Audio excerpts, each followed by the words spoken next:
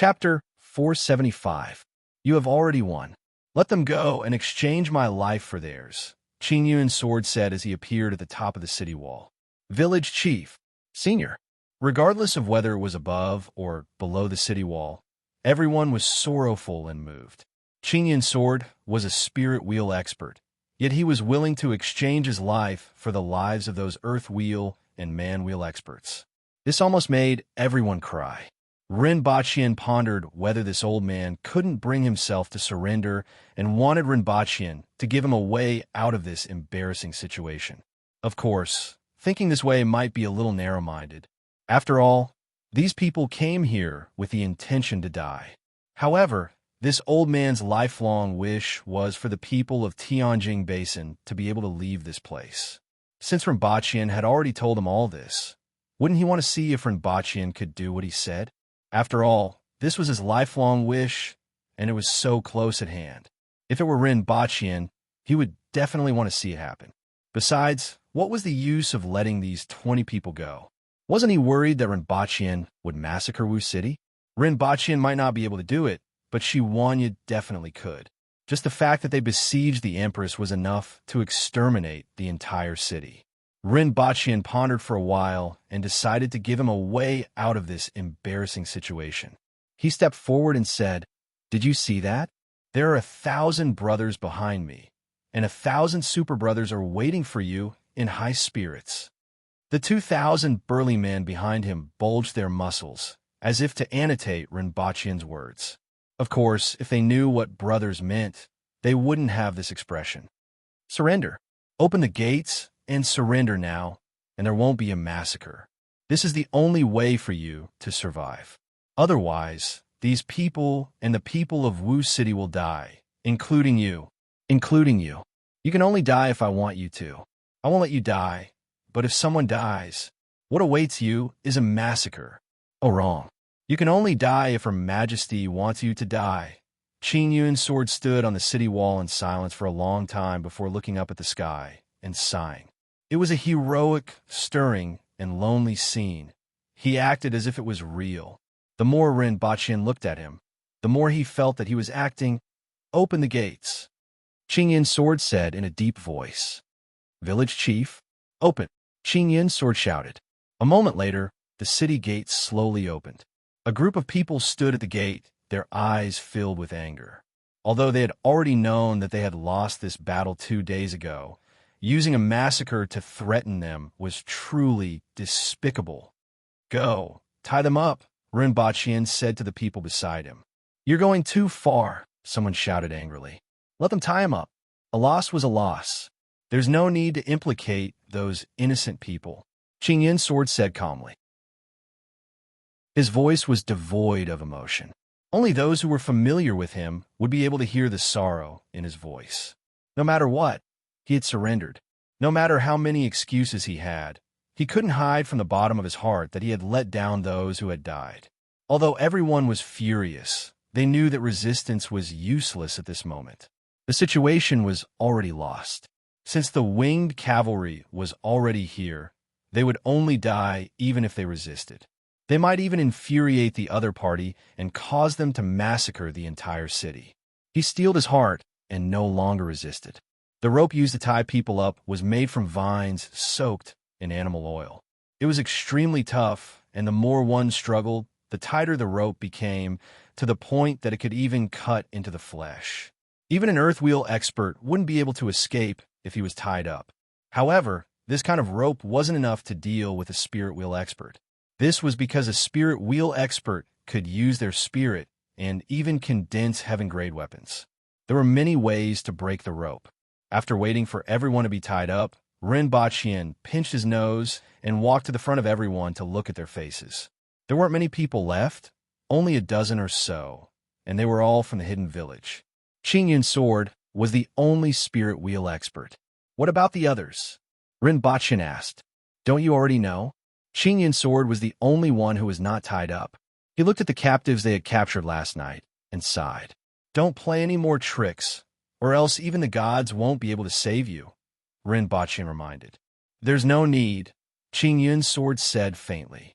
He had 1,000 earth wheel experts and 4 spirit wheel experts.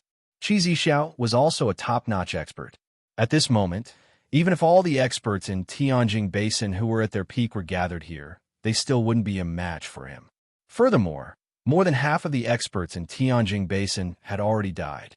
Ren Baqian returned to the Empress's seat and said, "Your Majesty, please enter the city." "Enter the city." The Empress waved her hand. Then, she lowered her voice and asked Ren Baqian, "Is the smell still there?" Ren Baqian felt a toothache. He had brought this upon himself. "Your Majesty, please bear with it." "In fact, the smell on these people is the main point," Ren Baqian whispered. The Empress also felt a toothache when she heard this. Even so, they still had to enter the city. The winged cavalry was divided into 2 groups with the Empress in the middle. When passing by the city gate, the Empress didn't look at the people who were tied up. To her, these people were never her match and were just some restless rebels. Now that Ren Baqian was handling them, she couldn't be bothered to look at them. This made the people who were tied up feel an indescribable feeling. The other party actually didn't even bother to look at them. The people from the Protectorate of the South followed behind. After entering the city, they immediately dispersed to look after the guards in the city, and a portion of them went to guard the city gate. The streets were very quiet. Occasionally, the sound of children crying could be heard from the houses on both sides of the street, but it was immediately covered up. The moment the winged cavalry entered the city, everyone ran back home and prayed for their own fate. They also peeked through the cracks of the windows to observe this world-famous army and the Empress of Dayo. After passing through half of the city, everyone arrived at the warlord's residence. Ren Baqian went in first, walked around, and then came out while covering his nose. This place used to be the base camp of those people, and the smell was extremely strong. He got someone to find a big house nearby that didn't have any smell and chase the people out. This house would be the Empress's temporary residence. "I'm going to take a bath. I'll leave the rest to you." Qing Yuan. The Empress entered the house and walked in while talking.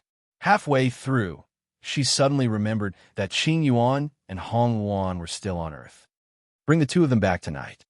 "Your Majesty, there isn't anyone who can use this place now. Do you want me to boil some water for you to take a bath?" Ren Baqian asked. Ouch! After Ren Baqian finished speaking, he felt the Empress stepping on his foot. He felt that his big toe was cracked. He gasped while holding his foot. Seeing that Gong Zheng and a few guards were looking at him, Ren Baqian glared back.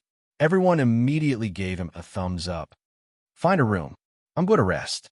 I haven't slept well these past 2 days." "Yes, I've already ordered people to clean up." Ren Baqian limped and gritted his teeth as he followed behind the Empress. "Go and do your work." The Empress waved her hand when they arrived. Ren Baqian watched the Empress enter the room before turning to the hall and ordering people to bring in Qingyun's sword and the others, as well as the captive from last night. He sat on a wooden chair in the hall. The back of the chair was curved, and there was a bit of an ergonomic feel to it. There was even a pillow behind the waist. It made him feel very comfortable when he sat on it. This made Ren Baqian think highly of these remnant citizens of Tianjing Basin. "Go and ask the original owners of this place who made this chair and bring them here," Ren Baqian said to the guards beside him. It just so happened that he lacked a carpenter who could make sofas and chairs. Then, he looked pensive as if something was missing. After a long time, Qingyun's sword and the others were brought into the hall. Looking at Ren Baqian's pensive expression, they began to guess how he was going to deal with them. Ren Baqian thought for a long time, and suddenly realized why he felt that something was missing. It seemed like someone was missing. Where did that last Lin Xiaola go? Did he call her when he left this morning? Lin Xiaola squatted on a branch and looked at the messy ground with a dumbfounded look on her face. Chapter 476. In the future, you can go out and see if it's really as I said. There's no need for me to lie to you. I'm an official, and you're bandits. Lying to you won't do me any good. If you rebel again, I'll have to bear the responsibility. After all, I'm in charge of Tianjing Basin now. Beheading all of you will be the end of it. It won't take more than a few months for the winged cavalry to wipe out all the sects from the north to the south. However, I'm sure you can imagine the scene. Heads will roll. However, in my opinion, there's no need for that. In fact, I wanted to kill all of you at first, so that Tianjing Basin would be stable. Without anyone taking the lead, the remaining people wouldn't be able to stir up any waves. However, after interacting with you for a while, I changed my mind. You're just some people from the martial arts world. You don't have such big ambitions and don't want to be kings or emperors. Your biggest wish is to go out. It doesn't matter if you have nothing better to do, set up a monastery, teach disciples, and occasionally fight with people. These are all trivial matters. No matter how good you are at fighting, can you defeat Her Majesty? Can you defeat the officials in the imperial court? As long as you can be stable, it's not a bad idea to keep you around. Keeping you around will also make it easier to stabilize Tianjing Basin. Everyone here is also Her Majesty's people and will be of use to her in the future. There's no need to kill to increase hatred. In addition, I'm afraid of blood, and I'm afraid of seeing heads rolling on the ground. Therefore, I'm giving you a chance to live. It's also a chance for others to live. Go back and think about it. Someone, take them away and let them think about it. Ren Baqian repeated what he had said to Qin Yin's sword. Then, he rambled on for a long time, as if he was babbling. After he finished speaking, he asked someone to take them back to think about it. Principal Run, why go through so much trouble? Just like what Sir said, everything will be stable after we kill all of them, Gong Zheng said. That would be great, but to pacify Tianjing Basin, we'll have to put in more effort. Ren Baqian waved his hand and said, in the future, the system of Tianjing Basin needs to be changed. With them around, many things will be much easier. Moreover, if they had never met before, it was just some numbers. Killing them was not a big deal. He had come into contact with many people, and they had all become living people in his mind. They had become a part of his memories, so he would keep them if there was no need. In just 1 year, Ren Baqian had risen from an ordinary person to a high position, and then from an ordinary person to a man-will expert. These sudden changes affected his mentality very easily. Previously, he had experienced a life and death assassination. He had been poisoned. He had gone to a certain organization to steal a biological weapon. He had been on the battlefield. He had seen corpses and heads rolling on the ground. He had killed more than one person with his own hands. He had even left the country to escape for his life. Everything he had experienced in the past year reeked of blood. The Empress and the other aboriginals whom he interacted with usually treated killing as something as simple as eating and drinking. These experiences had made his killing intent very strong. Even if an ordinary person became rich overnight, the mentality would change, not to mention what he had experienced. Only with the passage of time would his temperament gradually calm down. The people of Tianjing Basin should be thanking that lass. A few days ago, he had been in contact with that naive and sweet lass, which calmed his mentality a lot. In any case, she was his successor in the Eru world. She was also pitiful and innocent, and he didn't want to see her wandering outside for the rest of her life while carrying the hatred of her country and family. Moreover, if that naive and sweet lass were to wander outside, she would probably be sold to a brothel in a few days. After more than 2 hours, Ren Baqian finally saw Lin Xiaola coming in from outside. Ren Baqian thought that she would scratch him. After all, he had thrown her to Mount Wu. He didn't expect her to yawn and find an empty house in the backyard to sleep in. It seemed like there was nothing more important than sleeping in her heart.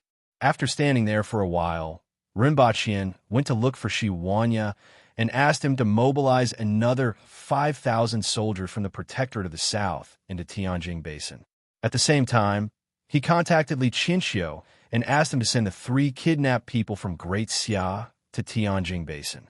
Since they had asked Shi Wanya to kidnap their families to Dayo, it meant that they had given up on returning to Great Xia in the future.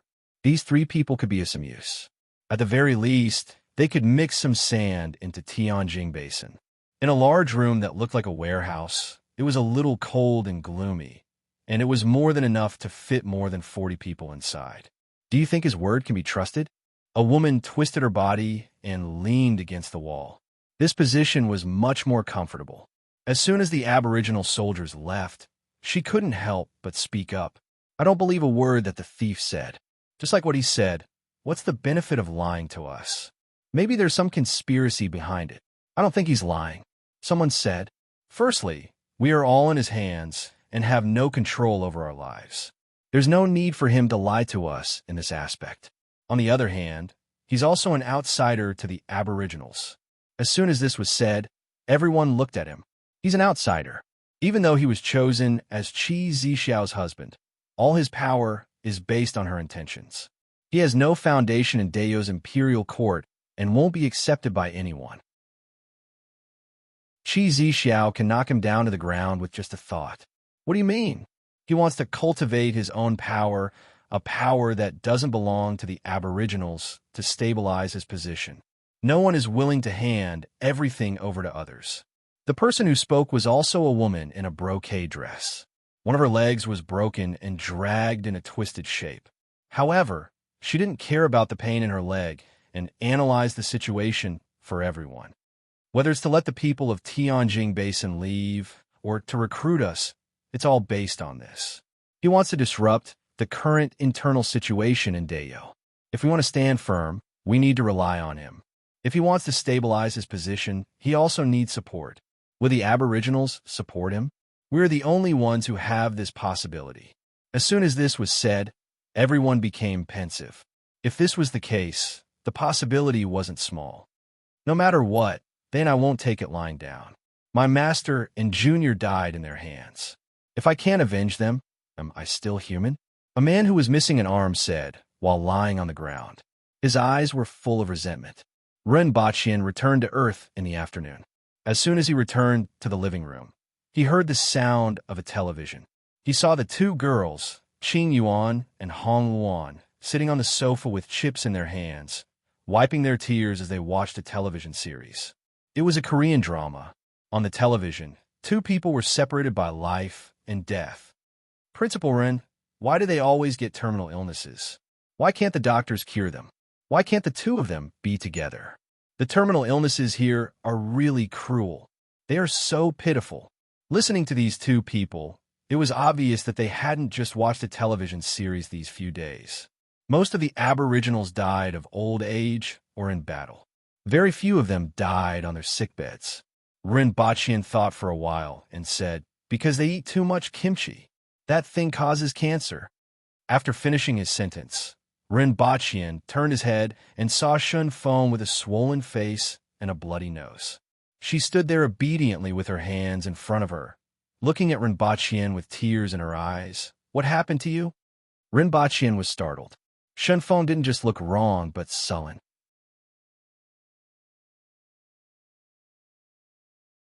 Chapter 477. Ren Baqian looked at Shun Feng and didn't need to guess to know that she was beaten up by Qing Yuan and Hong Luan. After asking a few questions, he found out what had happened. This house was empty more than half the time, so Shun Feng would sometimes come to check on the progress of the cleaning. It was the same this time. The moment the cleaner left, Shun Feng came and was beaten to the ground by the two as soon as she entered the house. Actually, Shun Feng was quite skilled. Ren Baqian guessed that she had a special status after all, but she was beaten black and blue before she could even get close to them. According to them, this was the temporary imperial residence of Her Majesty, and anyone who dared to enter without her permission would be sentenced to death. Even though she brought up Ren Baqian, they insisted on waiting for him to return before dealing with her. No matter what she said, they wouldn't listen. Then, Shun Feng was forced to order 2 KFC family buckets for them. If she didn't do as they said, she would be beaten up again. It had been 2 days. Shun Feng was first beaten up and then locked up here for 2 days. She had to eat KFC soybean milk and youtiao every day, plus 2 meals of family buckets. Shun Feng was about to go crazy. After hearing what Shun Feng said, Ren Baqian didn't know whether to laugh or cry. He turned to look at them and saw that they were looking at him without any guilt. Go back first and recuperate well. Your salary will be doubled this month. Ren Baqian asked Shun Feng to leave before looking at them and asking, did you two beat her up and lock her up here for the KFC family buckets? How is that possible? They said in unison with a guilty conscience. That thing on TV doesn't look delicious. Rinpoche was speechless. Sure enough, Dayo was of the same origin from top to bottom. When they could talk with their fists, they wouldn't use their brains. Every one of them counted, and there was no exception. If their brains were opened, they would probably find a miracle in modern biology. There were only muscles and no brain matter inside. When are we going back? They asked again. They were immersed in the sadness brought about by the aftereffects of instant noodles and finally remembered that they were still in a foreign land. As for whether the Empress had one, they didn't ask. In their hearts, the Empress was the strongest in the world. Furthermore, the fact that Rinpoche was back in one piece meant everything. Both of you will return with me in a few days, Rinpoche said as he went upstairs to change his clothes. After a while, Rinpoche said, "Let's go out for a meal." Thinking about how the two of them had come to this world, he couldn't let them stay in this cold house forever. Both of them were overjoyed when they heard Rinpoche's words. Both of them had long been interested in the world they had seen on television. However, from this house, they could only see houses and forests in the distance. It was nothing like the liveliness they had seen on television. Rinpoche picked up his phone and wanted to give Shunfeng a call. After thinking about it, he simply went online and found a local shop. Then, he paid a high price to get someone to deliver clothes for them to try on. 2 hours later, the two people in front of him had completely changed their appearances. Qing Yuan was wearing a white t-shirt and jeans, while Hong Luan was wearing a blue mid-length dress. Both of them had their hair down. Although their temperaments were a little special and their hair was too long, they looked less conspicuous. On the way from the villa to the city, the two of them sat in the car like curious babies. They were curious about everything, and their faces were almost poking at the car window. Especially Qing Yuan, there was hardly a moment of peace along the way. Rinpoche casually answered their questions as he drove. By the time they arrived at the city, it was already evening. The sky was starting to darken, and the street lights and shop lights were lit up. The sight of gold and jade made the two of them gasp in admiration. Just by looking at the splendid and bustling scene in the city, the two of them thought that they had arrived at the world of immortals. At least, compared to the other world where there was nothing, this place was no different from the world of immortals. However, the people here were a little weak and could be slapped down, just like Principal Ren. Now, Principal Ren was more or less stronger and was at least as strong as an ordinary person. In the past, he was like a paper man that could be blown away by the wind. After finding a well-decorated restaurant, the two of them finally had some peace and quiet. After they finished eating and licked their plates clean, Qing Yuan faintly said, "It's not as delicious as the KFC family bucket." Then, she cautiously asked, "Is the KFC family bucket very expensive?"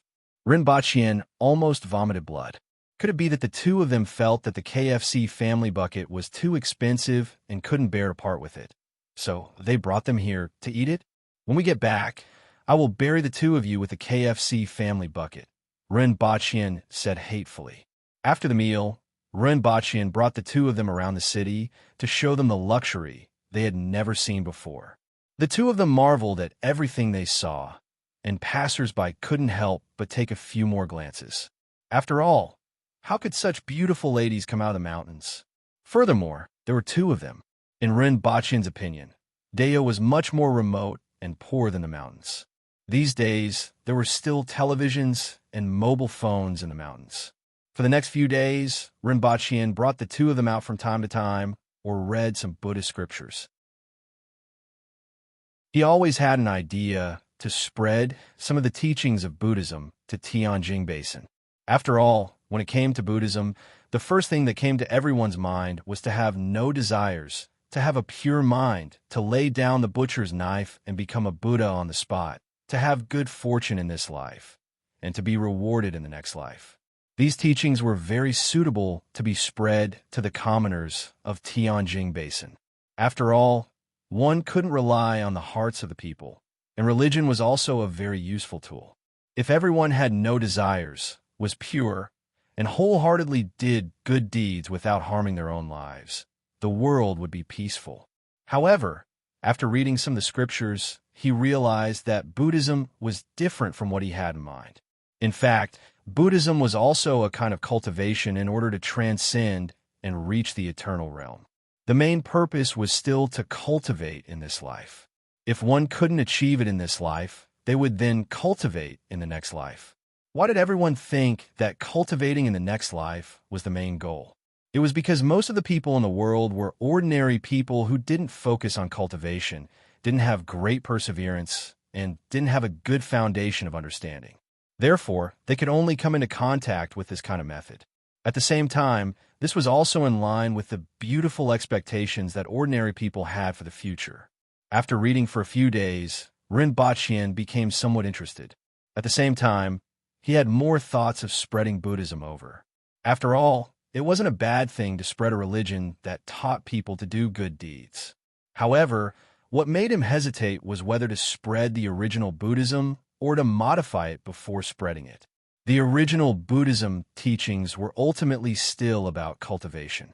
After modifying it, it would be easier to control the part that focused on accumulating good fortune in the next life. However, there would also be more loopholes and wouldn't be able to withstand scrutiny. After staying for a few days, Rinpoche brought the two of them back. Qing Yuan and Hong Yuan were still a little reluctant to part with them.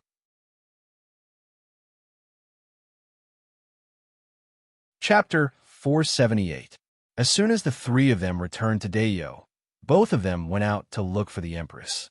However, when the guard at the door saw Qing Yuan and Hong Yuan coming out of Rinpoche's room, he looked at Rinpoche as though he was looking at a beast. Rinpoche carried a bucket of porridge to the backyard and waited for a long time. After eating breakfast with the Empress, he asked someone to bring Qing Yun's sword to the main hall. After a while, Rinpoche saw Qing Yun's sword in the hall. He saw that Qing Yun's sword had aged even more. Rinpoche was worried that Qing Yun's sword would suddenly die one day. "How is it? Have you made up your mind?" Rinpoche asked from his seat of honor. "What do you want me to do?" Qing Yun's sword asked. "The spiritual mountain sect isn't far from here. Go and persuade them to surrender. Of course, someone will go with you. It would be best if they could surrender. If not, I can't keep these troublemakers who are causing chaos in Tianjing Basin." Sealing the mountain, the spiritual mountain sect was not spared. "Their lives will depend on you," Rinpoche said leisurely as he crossed his legs. Qing Yun's sword's expression became even more bitter. His reputation for the rest of his life would probably be ruined. Even if he didn't go, the other party would definitely send someone else. However, it was not difficult for the entire spiritual mountain sect to surrender. It was better for him to make a trip there himself and understand the pros and cons.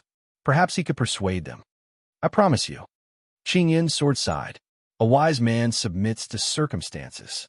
With your status, I'm sure you won't go back on your words. I won't play any other tricks. I'll make some arrangements in a while, and then you can set off." "I have another question." Qing Yun's sword raised his head and looked at Rinpoche. "Speak. What's the background of the lady beside you?" Qing Yun's sword stared at Rinpoche and asked.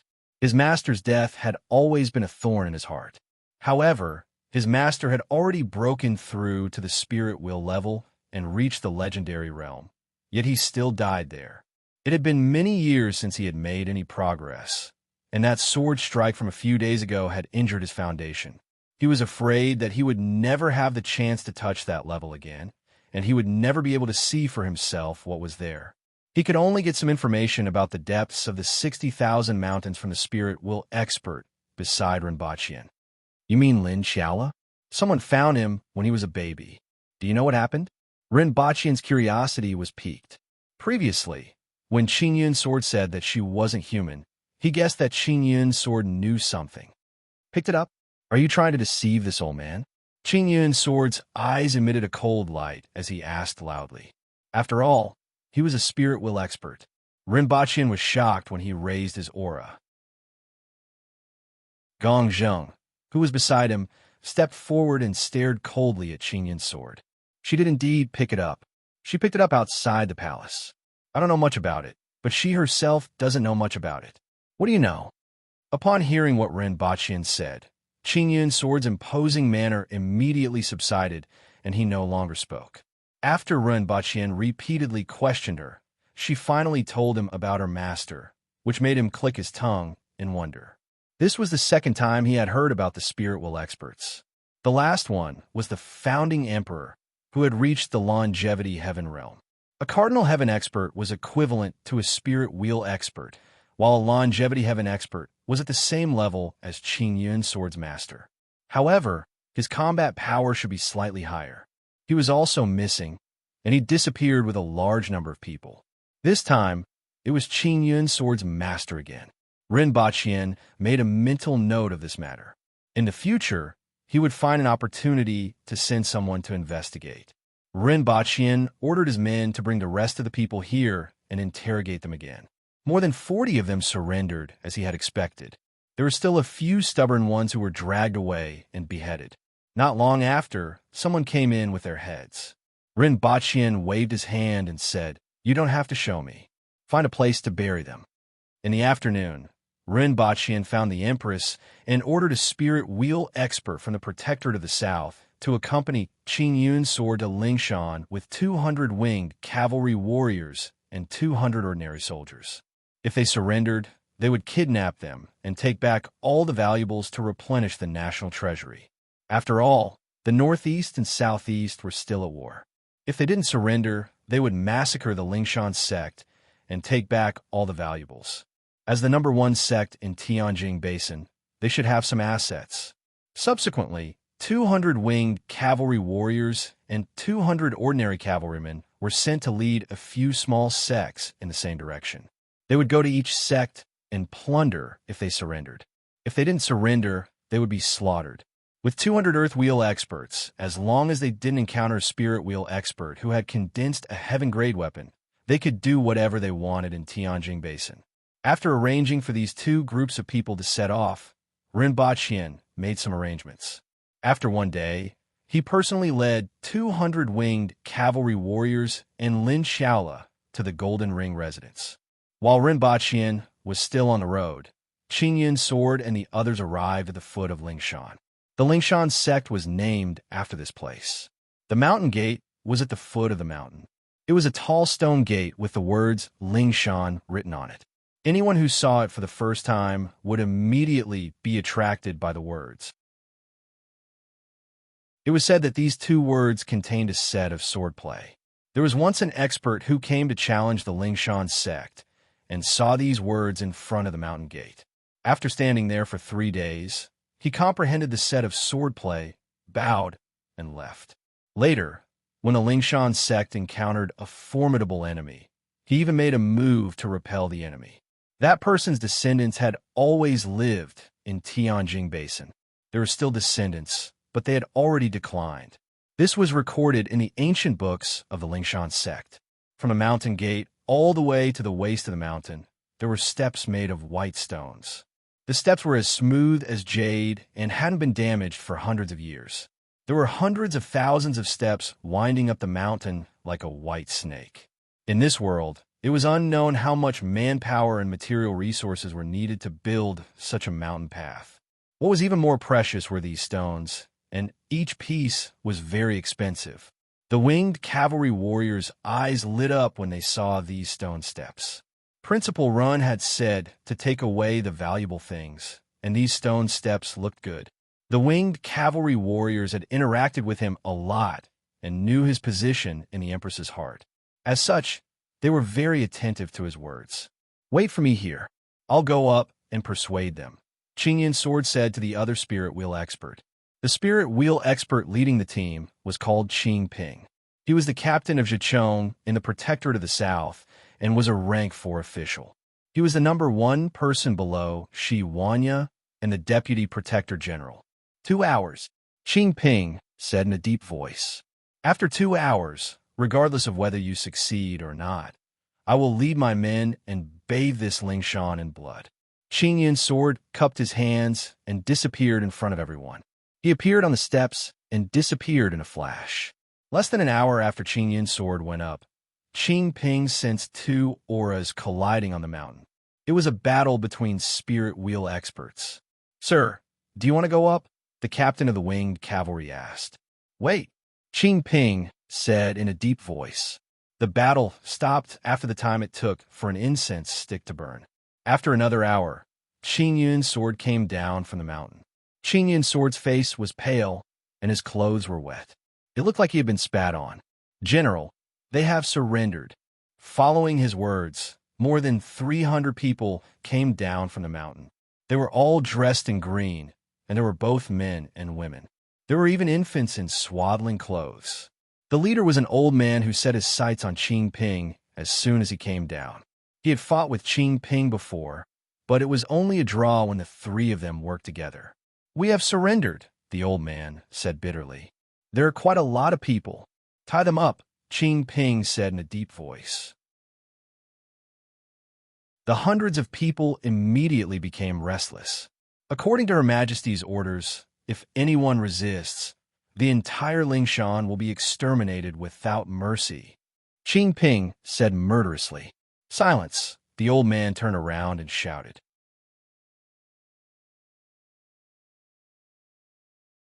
Chapter 479. What are you smelling? Ren Baqian couldn't help but ask when he saw Lin Xiaola sniffing his body. In fact, for the past 2 days, he had noticed that Lin Xiaola especially liked to sleep next to him. Every day when she woke up, she would walk around him and sniff him. If it weren't for Lin Xiaola, Ren Baqian would have suspected that his charm was off the charts. Oh, it smells good and fragrant.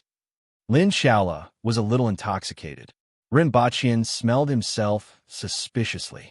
The perfume had already been given to the Empress, and now there was only a very diluted stench on his body. However, those winged cavalry warriors had intentionally distanced themselves from him for the past 2 days. How could Lin Xiaola say that he smelled good? Could it be that Lin Xiaola liked the smell of stinky tofu? What a strange hobby. He didn't know if she liked smelly socks and feet that hadn't been washed for a month. If she did, he could satisfy her. Everyone rested for less than an hour before continuing their journey. After another half a day, they finally arrived at the Golden Ring residence and could see the mountain gate from afar. At this time, a group of people were busy packing up their things in the Golden Ring residence. They didn't even care about the small items that fell to the ground. It was a chaotic scene everywhere, as if they were fleeing for their lives. Zhang Changkong looked at everything in the residence with some reluctance on his face. However, he understood very well that they couldn't stay in the north. The army of the Protectorate of the South was heading south. It would only take a few days to reach here, and they wouldn't be able to defend themselves no matter what. Only by reaching the south, gathering many sects, recruiting more soldiers, and relying on the steep terrain would they barely be able to resist the winged cavalry. However, he didn't have much hope that they could resist the winged cavalry. In my opinion, why don't we go over Mount Wangduan, go to the Qin Nation, and then make a detour to the Yun Nation? Painting Fairy suggested. I can go, you can go, but they can't, Zhang Changkong said in a deep voice. Mount Wangduan, heartbroken. Even though they could cross the earth wheel level, they could only carry one more person. At most, a dozen of them could escape. What about the rest? Some of the people in the residence had grandfathers and fathers who were disciples of the Golden Ring residence and had served the residence for generations. How could he abandon them and escape alone? Father, are we really leaving? Zhang Kaixian walked over from the courtyard and asked reluctantly. She was still hugging her beloved vase. I'll be back. How could Zhang Changkong be willing to leave? How could he be willing to give up his foundation? However, the Golden Ring residents didn't have any power that could resist the Aboriginal army. Furthermore, there weren't any precipitous terrain. How could they defend it? Manor Lord, bad news. Manor Lord, why are you in such a panic? Zhang Changkong frowned. The ancient race is here. We're not far from the mountain gate. So fast. Bring Xian'er away. I'll bring people to face the enemy. Zhang Changkong was taken aback at first. To think that the ancient race had arrived faster than he had expected. He had only been back for 2 days, and the ancient race had already arrived. Now was not the time to hesitate. He instructed Painting Fairy and strode forward. Halfway through, he stopped and said, If I die, take Xian'er and leave. The further, the better. Go to the Yun Nation or Great Xia. Don't think about revenge. Father? Jean Cassian cried out in alarm. Painting Fairy revealed a mournful expression. However, she had wandered in the underworld before and wasn't wishy-washy. She pulled Jean Cassian and was about to leave the mountain. When the Golden Ring residence was first built, they had considered the possibility of foreign enemies invading. As such, there were arrow towers in the residence, which were also dark alleys for people to hide in. Even though he didn't know how useful they would be, Zhang Changkong still made arrangements for everyone and brought a few attendants to the mountain gate. On the horizon ahead, a group of cavalrymen was advancing. They weren't fast, but everyone's hearts tightened. Regardless of which sect it was, there was no one who wouldn't feel fear when faced with the approaching Aboriginal cavalry. They weren't afraid of that group of cavalrymen, but of what they represented. Manor Lord, it's the winged cavalry, someone said with a deathly pale face after looking around for a long time. Once this was said, everyone was terrified. Let the young disciples leave. Attendant Chu, you leave too, Zhang Changkong said. Since it was the winged cavalry that had arrived, those young disciples wouldn't be of much use. Even the people around them wouldn't be of any use. Since that was the case, it was better to let the young disciples leave and leave some seeds behind. As for Attendant Chu, even though his martial arts weren't the best, he had the most diverse knowledge and could pass down as many martial arts techniques as possible. As for the rest, Zhang Changkong turned around and looked at the people behind him with an apologetic gaze. Someone had to stay behind to buy time for the rest. We will advance and retreat together with the Manor Lord, a attendant shouted. After staying in the residence for decades, I'm old now. I can't move anymore and don't want to leave. Another attendant said with a smile.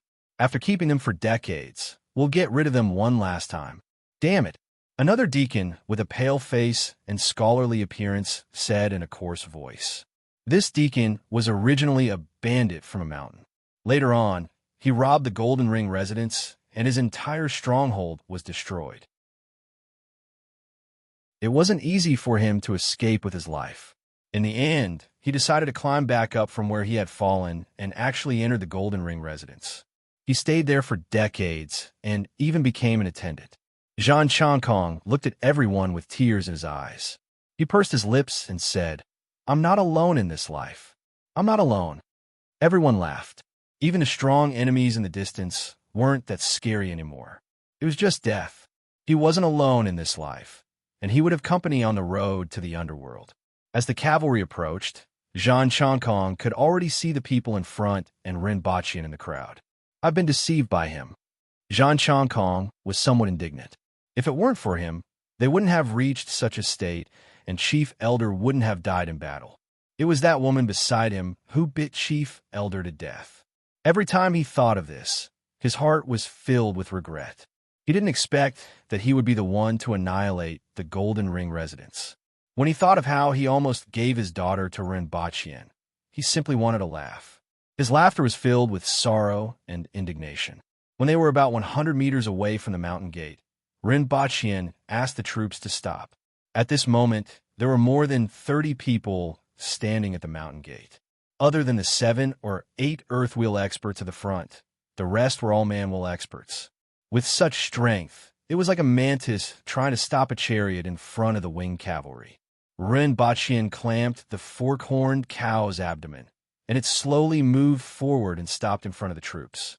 You actually have the cheek to stand here. I was really blind back then. Zhang Changkong scolded. I purposely came here to give you a way out. Otherwise, the Golden Ring residents wouldn't need me to summon you. Ren Baqian shook his head. Surrender. All of you just want to go out. In fact, this is what I want to do. It's such a waste to leave so many people in Tianjing Basin unused. This time, I came here with the intention of letting the people of Tianjing Basin gradually go out and live together with the Aboriginals. Isn't that what all of you want to see? Stop with your flowery words. I want surrender even if I have to die. If you have the ability, come and take my head yourself.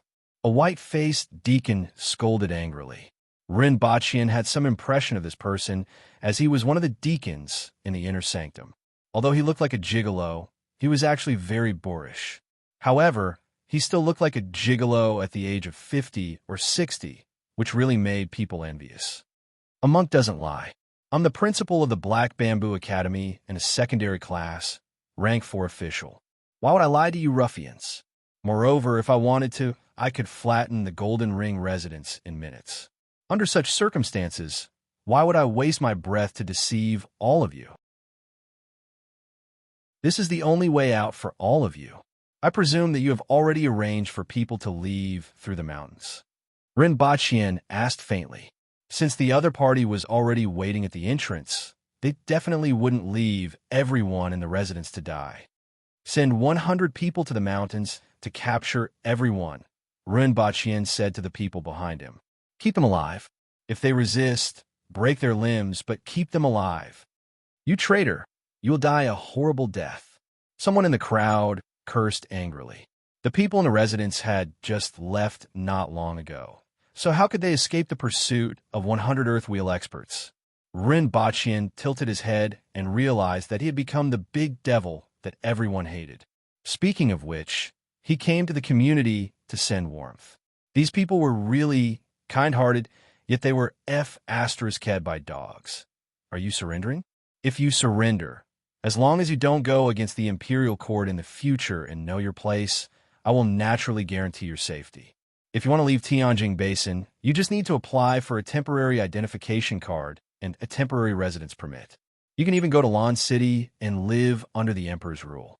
If you don't surrender, I will be kind enough to let your whole family stay together.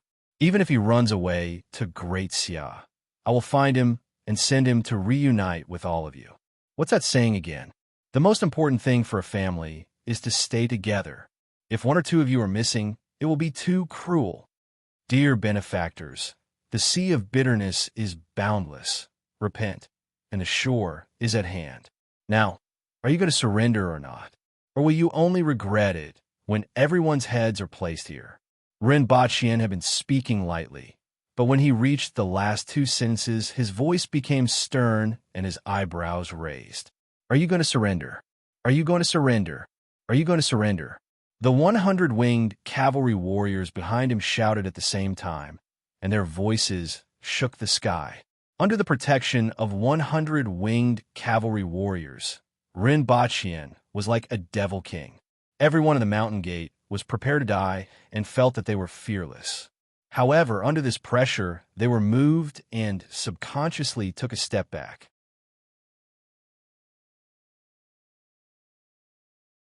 Chapter 480. We surrendered. Zhang Changkong's face was ashen when he said this. The people behind Zhang Changkong moved their lips, but they didn't say anything in the end. Rinpoche's words disintegrated their fighting spirit in several ways. Firstly, the Aboriginals didn't have a tradition of surrendering, so they could only fight to the death. Secondly, the goal of most of them was to leave Tianjing Basin or simply follow the prefecture chief. Rinpoche's words included the former, which reduced their resistance. As for the latter, even the chief had surrendered. Did they really have to court death? Thirdly, it didn't matter if most of them died, but it would be too cruel if their family members were killed as well. Either all of them lived or all of them died. There wasn't a middle option, which made them cower again. That's right. A wise man submits to circumstances. Rinpoche nodded. That little girl wouldn't have to wander the world alone and end up being kidnapped and sold to a brothel. If his only disciple, who was skilled in Eru, ended up playing the Eru in a brothel, how could he bear it? However, at this moment, someone walked out from the crowd. Everyone was shocked when they saw his actions. Deacon Peng, what are you going to do? So be it if you surrender. I don't blame you and won't implicate you. Great Elder has been very kind to me. I'm not capable enough to avenge him, and I don't have the face to live on. I might as well go down to look for Great Elder and serve him by his side.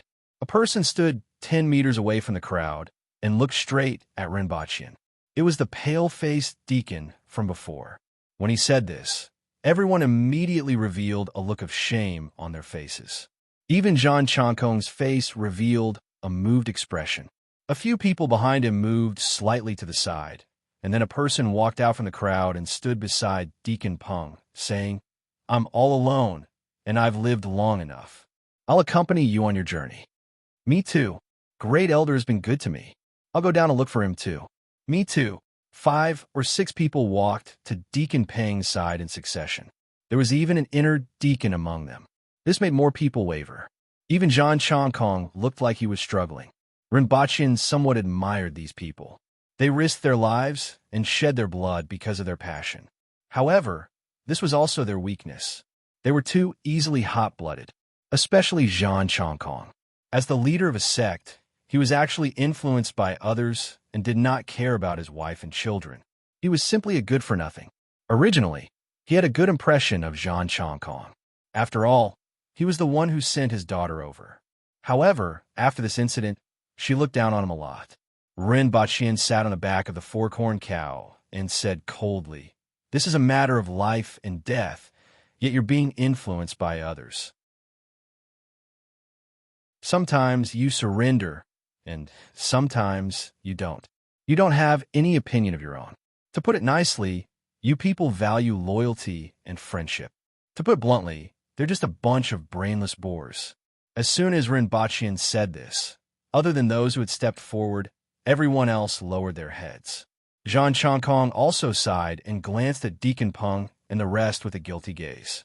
Deacon Peng said in a carefree manner, "Mannerhead, you don't have to be like this. This is my own choice. Brothers, we'll take our leave first. When we meet again in the future, we'll drink and chat merrily." Rinpoche had a look of admiration in his eyes. This attendant Peng was pretty good. He had a firm grasp of his own heart and was clear about things. What a pity. It wasn't only him. Many of the winged cavalry warriors behind her also had a look of admiration in their eyes. After all, there were men who had fought bloody battles on the battlefield and liked to talk about life and death the most. Rinpoche waved his hand and said, "Send them on their way." "Sir Run, I'll go." One of the winged cavalry warriors cupped his hands at Rinpoche, leaped forward, drew his sword in midair, and slashed at Deacon Peng below. A few rays of sword light flashed, and heads flew into the sky one by one. "Dig a hole and bury them. Tie up the rest, and inform the people from before that those at the foot of the mountain have surrendered. Be more lenient," Rinpoche instructed. After Zhang Chongkong and the rest had their hands tied up, Rinpoche rode his mount toward the Golden Ring residence. Before him, 10 people had entered the residence to see if there were any ambushes or assassins. When Rinpoche entered the residence, he saw that the ground was in a mess. There were also some maids who didn't manage to escape in time and were kneeling and trembling at the side. He still remembered the location of the main hall of the Golden Ring residence. Without anyone leading the way, he arrived at the main hall by himself. He looked up and saw that the 17 beads were no longer there. "Sir, what do we do next?" A winged cavalry captain came in and asked. "See what else is there. Pack up all the valuable things. Ask those people outside. They know best where the valuable things are. Also, ask them to hand over the 17 beads that were originally here." Rinpoche muttered to himself for a while and said, "Ask them if they have a library or something like that. Take out all the secret manuals in the residence. They can make a copy of it as an inheritance and take the original copy with them." He had just thought of the secret manuals. After all, he had plagiarized so many sects in Tianjin Basin, especially these big sects, and there might be some good things. Since he couldn't use them, it would be good to take them back to enrich Qingxin Palace Hall. He could also bring them back to Earth and hand them over to the nation. The more secret manuals there were, the better the effect of using a supercomputer to deduce martial arts.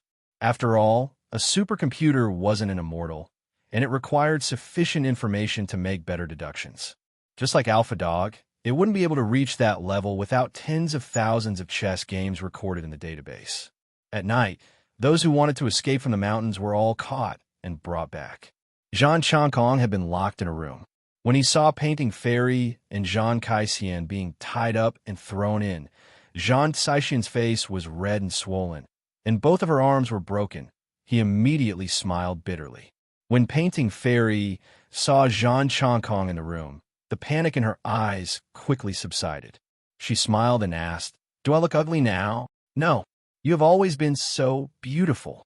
Zhang Chongkong shook his head. When I came up the mountain, I wondered if I had forgotten something. Later on, I remembered that I said that if you died, I would accompany you. However, I was worried about Xian and afraid that she wouldn't be able to persevere. It's fine now. I don't have to think so much.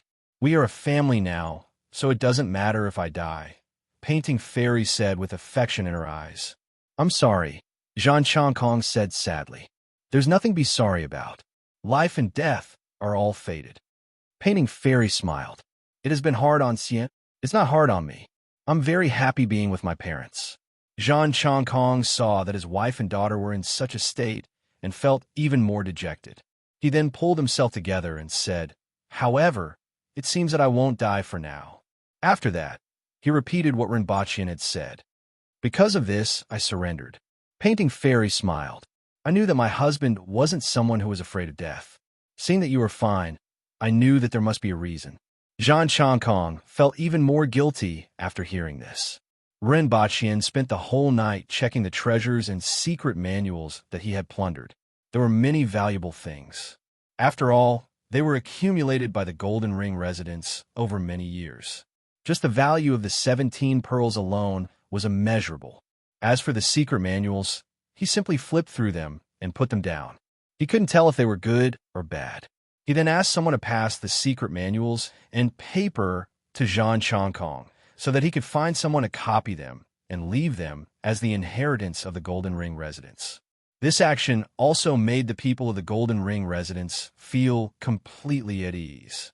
They knew that Rinpoche really didn't intend to kill them. The next day, Rinpoche asked Zhang Chongkong to arrange for people to contact the disciples of the residents in the surrounding cities to surrender. After all, the Golden Ring residents had been entrenched here for many years. Apart from the people in the residence, there were also many disciples who were officials in the surrounding cities. Their relationships were complicated, and they had a huge network of connections. When a second batch of 5,000 soldiers from the Protectorate of the South entered Tianjin Basin, 3 of the 5 cities immediately opened their gates and surrendered.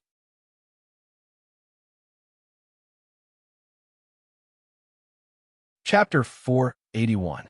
Early in the morning, more than 100 disciples of the Golden Ring residents stood together with their hands tied with ropes. In fact, these ropes weren't used to imprison them, but rather to remind them of their identities. In front of 200 winged cavalry warriors, 100 people would at most be turned into a pile of blood after a single charge. Previously, when Rinpoche asked them to copy a secret manual for the inheritance of the Golden Ring residents, they were relieved and naturally wouldn't do anything too unwise. Zhang Kaixian was standing among this group of people. A few days ago, she was still the daughter of the chief of the Golden Ring residents and was doted on by everyone. Now, she had become a prisoner.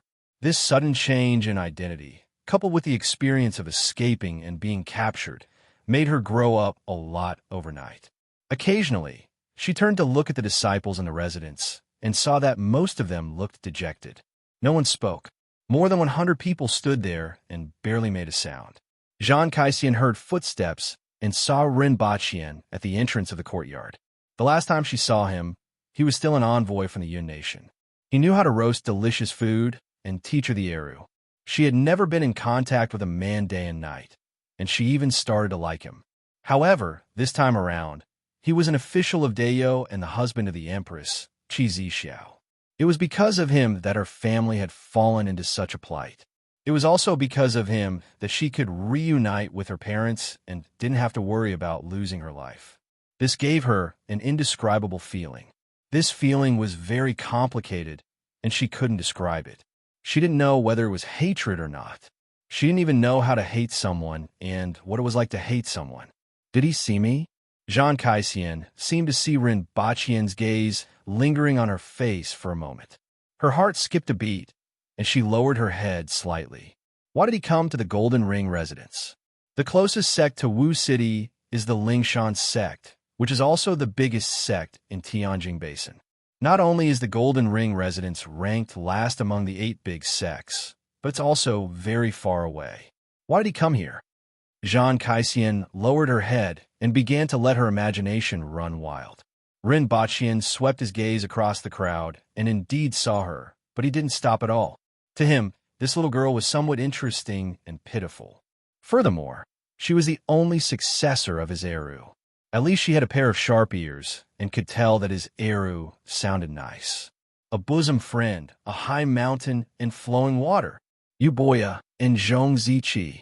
Just because of this, he had to personally make a trip to the Golden Ring residence, lest others came over and killed everyone in the Golden Ring residence. Therefore, it wasn't wrong to say that he was here for her. It was just that there was no romantic love between them.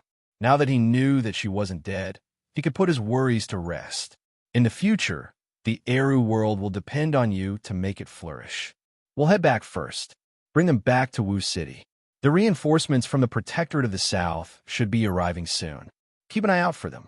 If there are cities that rebel and the Protectorate of the South's attack isn't going well, you can send people to help them according to the situation, Rin Baqian said as he walked. 200 people didn't seem like much. However, 200 Earthwheel level-winged cavalry warriors could do a lot of things. 50 people were enough to escort them to Wu City. In Tianjing Basin, 50 people could even break through a small city. Understood. The winged cavalry captain cupped his fists and replied. As for the food and drinks along the way, let Zhang Changkong arrange it himself. I'm sure he'll arrange for good men to bring you food along the way. In addition, since they've surrendered, I might need them in the future. As long as they don't rebel, don't bother with them. If they really want to rebel, kill one person for each rebellion. If more than half of them rebel, kill all of them and report to me. However, I don't think this will happen. Rin Baqian turned his head and looked at the people in the courtyard. Go back and make the arrangements. Rin Baqian waved his hand after he finished speaking, and the captain immediately withdrew. Rin Baqian first brought some people back to Wu City, as there were still many things that needed to be dealt with. The 50 winged cavalry warriors escorted these people and plundered their belongings and set off at the same time. However, their speed was much slower, so they had to split into two groups. At present, there were only 100 winged cavalry warriors in the residence. The rest had been sent out 2 days ago to wipe out the surrounding small sects like the Nine Blades sect. A week later, Rin Baqian returned to Wu City again. From afar, he could see the original guards of Wu City, which surprised him a little. He didn't know if something had happened. When he arrived at the city gate, he found that the original guards of Wu City were inspecting the city. A few winged cavalry warriors were standing on top of the city wall with their arms crossed. When they saw that Rin Baqian had returned, they hurriedly went back to report. After half a month, Wu City had more or less regained some liveliness. At the very least, some pedestrians could be seen walking in the city. However, they lowered their heads and walked very quickly, as if they were afraid of attracting attention. As for the shops in the city, they were open. Occasionally, 1 or 2 people would go in to buy something and then leave in a hurry. After returning to the residence, Rin Baqian first went to see the Empress. Seeing that she was talking to Shiwanya, Rin Baqian knocked on the door sill, strode in, and said, "Your Majesty, I'm back." The Empress glanced at him and said to Shiwanya, "You may leave first." After Shiwanya left, Rin Baqian smiled and said, "Your Majesty, I missed you so much." The Empress picked up a fruit and asked faintly, "How did it go?" "Everything went smoothly. There's no more sugar." "I got it. I will go back tonight." "Your Majesty, do you want to take a stroll?" After saying this, Rin Baqian moved closer to the Empress and sniffed. The Empress pressed her palm on his nose. "What are you doing?" "The smell has finally dissipated." Rin Baqian laughed. At this time, the Empress's body had regained its original body fragrance. It would have been better if Rin Baqian hadn't mentioned this, but the Empress's face immediately turned black. If it wasn't for him, how could that have happened? Every time she thought about it, she wanted to bury Rin Baqian in the wall, leaving only his head outside so that she could casually hit him to vent her anger. Over the past 2 days, many people have been sent to the city. You decide how to deal with them. Kill those who deserve to be killed, the Empress said in a cold tone. The Empress spoke in a cold tone. She didn't really care about the life and death of those people. However, it seemed like Rinpoche had some plans for them. I will go and deal with it now. I still have some hot pot seasonings. Why don't we have hot pot tonight? All right. Rinpoche bade farewell to the Empress and went out to inquire about the recent events. There were a few things that had happened. The three major factions had revolted, and many sects had joined in. This increased the number of earth wheel experts in the three major factions, and there were even some spirit wheel experts in charge. Fortunately, Rinpoche had arranged for people to persuade the Lingshan sect and some other sects to surrender. The area around these sects was basically calm and peaceful. Currently, there were only a few cities in the north rebelling, and it wasn't a big deal. On the contrary, the south of Wu City was almost united. Some of the sects in the north were also clear that the north wasn't a big deal, and staying in the north would only lead to death. After returning from Wu City, they brought their entire sects to the south and strengthened the power of the three major factions. When Rinpoche heard this news, he stood there for a while before asking someone to call Qingyun's sword over.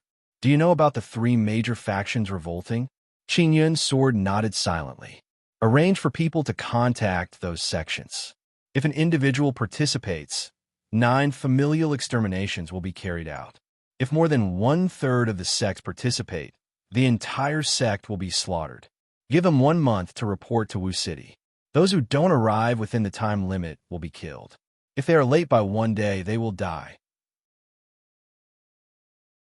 This 1/3 number is divided into man-wheel and earth-wheel experts.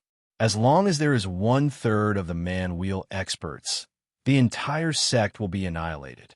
Even if there are only 3 earth-wheel experts in the sect, if one of them participates in the rebellion, regardless of whether the other man-wheel experts or earth-wheel experts are involved, the entire sect will be turned into ashes. If they want to save their lives, kill the rebels and report to Wu City. I will ensure their safety. After hearing Rinpoche's words, Qingyun's sword immediately raised his head and said, "This is too overbearing. After all, many sects have people in military positions. You are forcing them to their deaths. That's their business. Otherwise, how would I know if they aren't stepping on 2 fence-sitters? Moreover, I don't want to spend too much effort on them. What I want is the people of Tianjin Basin. As for these practitioners, I have already given them a way to live. Whether they can grasp it or not is their own business. If they want to live, I think it won't be difficult to kill them unintentionally, right? Well, on account of the fact that some of their sects have joined a rebellion, some of them may not be willing to wallow in the mire with the others, but they are willing to turn over a new leaf in this filthy land. I will also give such people a chance. You just need to bring the head of a fellow disciple of the same level. Remember, it must be a fellow disciple. You can't just casually kill someone. This is called proof of allegiance." After Rinpoche finished speaking, Qingyun's sword stared at him fiercely and was speechless. His face was full of pain. Vicious, too vicious.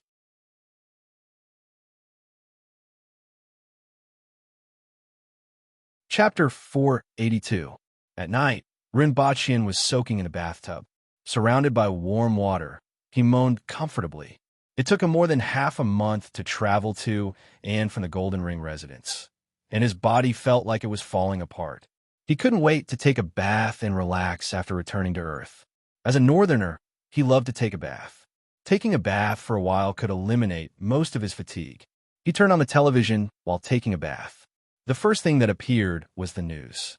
First was the new air traffic control regulations. Recently, flying motorcycles were becoming more and more common on television. Some of the wealthier people in the country bought them from overseas. This time, the country reacted quickly and immediately introduced new air traffic control regulations. Flying equipment like flying motorcycles had to be approved by the relevant departments before they could be used. However, ordinary people knew that it was impossible to obtain such approval. The next piece of news was related to him. It was about the golden medicine. This was the business of the 2 medical projects that he and the Chun family were collaborating on. To be more precise, it was an entire pharmaceutical company that controlled the pharmaceutical factories under its banner. The laboratory was completely independent of this pharmaceutical company. Rinpoche watched for a while and realized that it was about the new leukemia drug. In fact, the new drug was still in clinical trials and hadn't been put into production yet. However, it seemed to be effective as it was directly on the news. Due to Rinpoche's special status, the cooperation with the Chun family was considered smooth sailing. Along the way, there were people protecting and giving them the green light. Everything went smoothly. After watching the news, Rinpoche switched off the television, changed his clothes, and went downstairs. The Empress was still sitting there eating ice cream and watching a television series. Rinpoche felt as if he had seen this scene hundreds or thousands of times. Almost every time he was on Earth, he would see the Empress in this posture. Rinpoche scooted over to the Empress's side and sat down. He conveniently picked up the ice cream that the Empress had placed on the table and was about to put it into his mouth. A gust of wind blew past, and Rinpoche looked at the Empress with his empty hands. In her left hand was a chocolate bar, and in her right was a snowman. Sure enough, it wasn't easy to snatch food from the Empress's mouth. Rinpoche leaned back. "There's someone outside," the Empress said after finishing the chocolate and throwing the ice cream stick into the trash can. "Ooh, I don't know." After the Empress finished speaking, the doorbell rang. Rinpoche shuffled his slippers and opened the door. He saw a dirty little baldy in a gray monk's robe standing in front of the door and looking up at him. He was about 8 or 9 years old and looked rather likable with red lips and white teeth. However, what's with the tears in his eyes? "Arhut, I finally found you." The little monk pouted and looked like he was about to cry. "I mistook you for someone else." Boom! Rinpoche immediately closed the door. "Ridiculous," Rinpoche mumbled and was about to leave when the doorbell rang again. "You got the wrong person." Rinpoche opened the door and said seriously, "Master asked me to look for you." The little monk said pitifully, "You have mistaken me for someone else. I'm not Arhut, and I don't know your master. If it were someone else, he would have beaten him up." He really couldn't bear to hurt a 7 or 8-year-old little monk. After realizing this, Rinpoche suddenly realized why he couldn't defeat Tonglan. "Too small, I can't do it." Rinpoche sighed. He was still too soft-hearted and should ask the Empress to change his opponent when he returned. "My master is the abbot of the Jingshin Temple in the East Sea, Suwon. He said that he had met you once." The little monk said quickly. He picked up a yellow bundle from the ground and opened it, revealing 4 peaches inside. As soon as he opened it, a fragrant and sweet smell wafted out and filled the entire door. The smell even drifted into the room. Rinpoche stared blankly for a moment and recalled the delicate and pretty monk that he had met before. He had indeed met him once. However, was this little monk really looking for him? How'd he find him? Why was he looking for him? "These are spiritual peaches from the temple. Master asked me to bring 4 for you, Arhut," the little monk said while wiping his saliva. The smell was really tempting. Not to mention him, even Rinpoche couldn't help but reach out. The smell of the peaches was really tempting. This was the first time Rinpoche had seen a peach that could emit such a sweet smell. He couldn't eat it, but he could smell it just by holding it there. Furthermore, it made him salivate. What a fragrant smell. The Empress's voice sounded behind Rinpoche. "Xing Ruo greets, Lady Benefactor. Master asked me to bring these over." The little monk raised the yellow bundle in his hand. A jade-like hand passed by Rinpoche, and 2 peaches went missing. Rinpoche was speechless. Since the Empress had already taken the peaches from Rinpoche, there was no way she wouldn't allow Rinpoche to enter the house. Rinpoche had already taken the peaches from Rinpoche. However, this monk Suwon was really weird. Could it be that these 4 peaches were part of his plan? Rinpoche thought what he said previously was a coincidence. This time, it couldn't be a coincidence that this little monk found him, right? The image of that gigolo in his mind immediately became unfathomable. "Come in." Rinpoche stepped aside. "Yes." The little monk put his palms together and entered the room. "Sit." Rinpoche brought the little monk into the room and pointed to the sofa opposite him. "Why did your master ask you to look for me?" Rinpoche asked.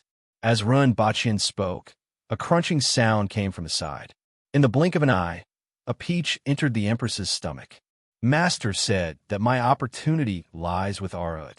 The little monk tried his best not to look at the Empress eating the peach while drooling. He put his palms together and said to Rinpoche, "What opportunity?" "The opportunity to attain enlightenment." "Who am I? How did you know that Suwin asked you to look for me? Why did he call me Arhut?" "You are Bodhisattva in Arhut. Because Arhut walks the path of Bodhisattva, you are naturally Arhut," Xing Ruo said. "What's the path of Bodhisattva?" Rinpoche frowned. "There is the great wish of salvation, self-cultivation, and salvation for all sentient beings. This is the path of Bodhisattva." The little monk put his palms together and said, "Arhut walks the path of Bodhisattva, which is a good deed. It is the goal of all cultivators." Rinpoche sat there motionlessly and frowned. Was this Suwin really that godly? Rinpoche had just thought of spreading Buddhism to Tianjin Basin so that the people there would believe in Buddhism and be more honest. However, Suwin gave him the title of an Arhut and even sent him a monk. The great wish of salvation? Rinpoche wanted to spread the religion of science and technology in the other world. He wanted to combine science with martial arts, and his original intention wasn't to spread Buddhism. Salvation for all sentient beings. Rinpoche wanted to spread technology to that world, increase productivity, and improve people's lives. Was this considered salvation for all sentient beings? Or was this salvation for all sentient beings referring to the teachings of Buddhism? No matter what, this was too coincidental. It was so coincidental that it scared Rinpoche. Could it be that what he said previously really meant something? Did he know what he wanted to do this time? Was there really such a person in this world? How is this possible? "What did your master say when you came?" Rinpoche asked. "Master said that I'm already a big boy and should snatch men from women and women from men," the little monk said innocently. Rinpoche stared at Xing Ruo. Did Suwin say this? That unfathomable pretty boy monk? "Suwin, you are quite mischievous." At first glance, he felt that these words were quite mischievous.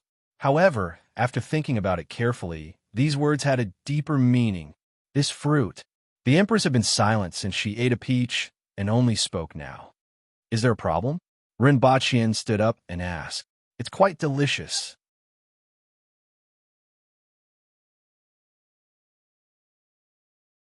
Chapter 483. This fruit is very beneficial for your cultivation, the Empress said to Rinpoche. "It's also very effective for my injuries. Originally, I needed 10 days to recover. After eating this fruit, the damage to my body has been mostly healed. If not for my injuries, this fruit should be able to improve my cultivation a little. It's already considered a rare item." "So effective?" Rinpoche raised his eyebrows in astonishment. Although he knew from the taste that this fruit wasn't ordinary, he didn't expect it to be so effective. On Earth, it could be considered a treasure. Even in that world, it could be considered priceless. One had to know how powerful the Empress was. She could release a sound like a mountain torrent when her blood and chi flowed through her body. She was one of the most powerful people in the world. To be able to improve her cultivation a little would be extremely useful to Rinpoche. He didn't expect Earth to have such a rare treasure. Furthermore, Suwin actually sent 4 of them at once. Rinpoche wouldn't believe that Suwin didn't know anything. What made Rinpoche uncertain was, what exactly did monk Suwin know? Could it be that there were deities in the sky, overlooking all living beings? Did his ability to travel back and forth have anything to do with them? Some thoughts flashed through his mind, but he smiled and said, "Since it's beneficial to your majesty, you can eat all of them. Although it's beneficial, it's still a little effective. However, it's very useful to you. It nourishes your whole body and replenishes your blood and chi. It's very effective, but it's gentle and won't cause you any harm. Instead, it will mend your body and benefit your future cultivation. These days, your cultivation progress is too slow. Eat it and you can catch up." After finishing her words, the Empress pushed the 3 peaches in front of him. Her ears were red as she leaned against the wall. It was unknown if she was thinking about the promise she made with Rinpoche. After Rinpoche attained the earth wheel level and stabilized, he could marry the Empress. Pushing these 3 peaches to him seemed to make him feel that she couldn't wait any longer. However, this peach was indeed very beneficial to Rinpoche. Not only could it increase his strength, but it could also mend some of his injuries. This peach, is it precious in the temple? Rinpoche looked at the little monk and asked. He had some ideas about this peach. There is only one peach tree in the temple that produces the best peaches. There are only 8 peaches a year, and this is 4 of them, the little monk said. Rinpoche raised his eyebrows. They only produced 8 peaches a year, and half of them were sent over at once. This was indeed a big gift. Master also said that for the next 5 years, he will give you 4 peaches every year. After 5 years, you won't need it anymore. When the Empress heard what the little monk said, she was a little astonished. 10 years and 20 pills, it was indeed not a small amount. After hearing this, Rinpoche immediately stopped talking. First, he grabbed a peach and took a bite. A fragrant and sweet taste filled his mouth. The peach was fine and soft, and he swallowed it in 2 or 3 bites.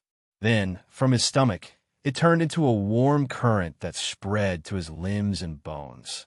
His whole body seemed to be in a warm state, and he felt as if he was floating. After swallowing the entire peach, his entire body heated up. He felt waves of heat surging through his body, causing him to be unable to move.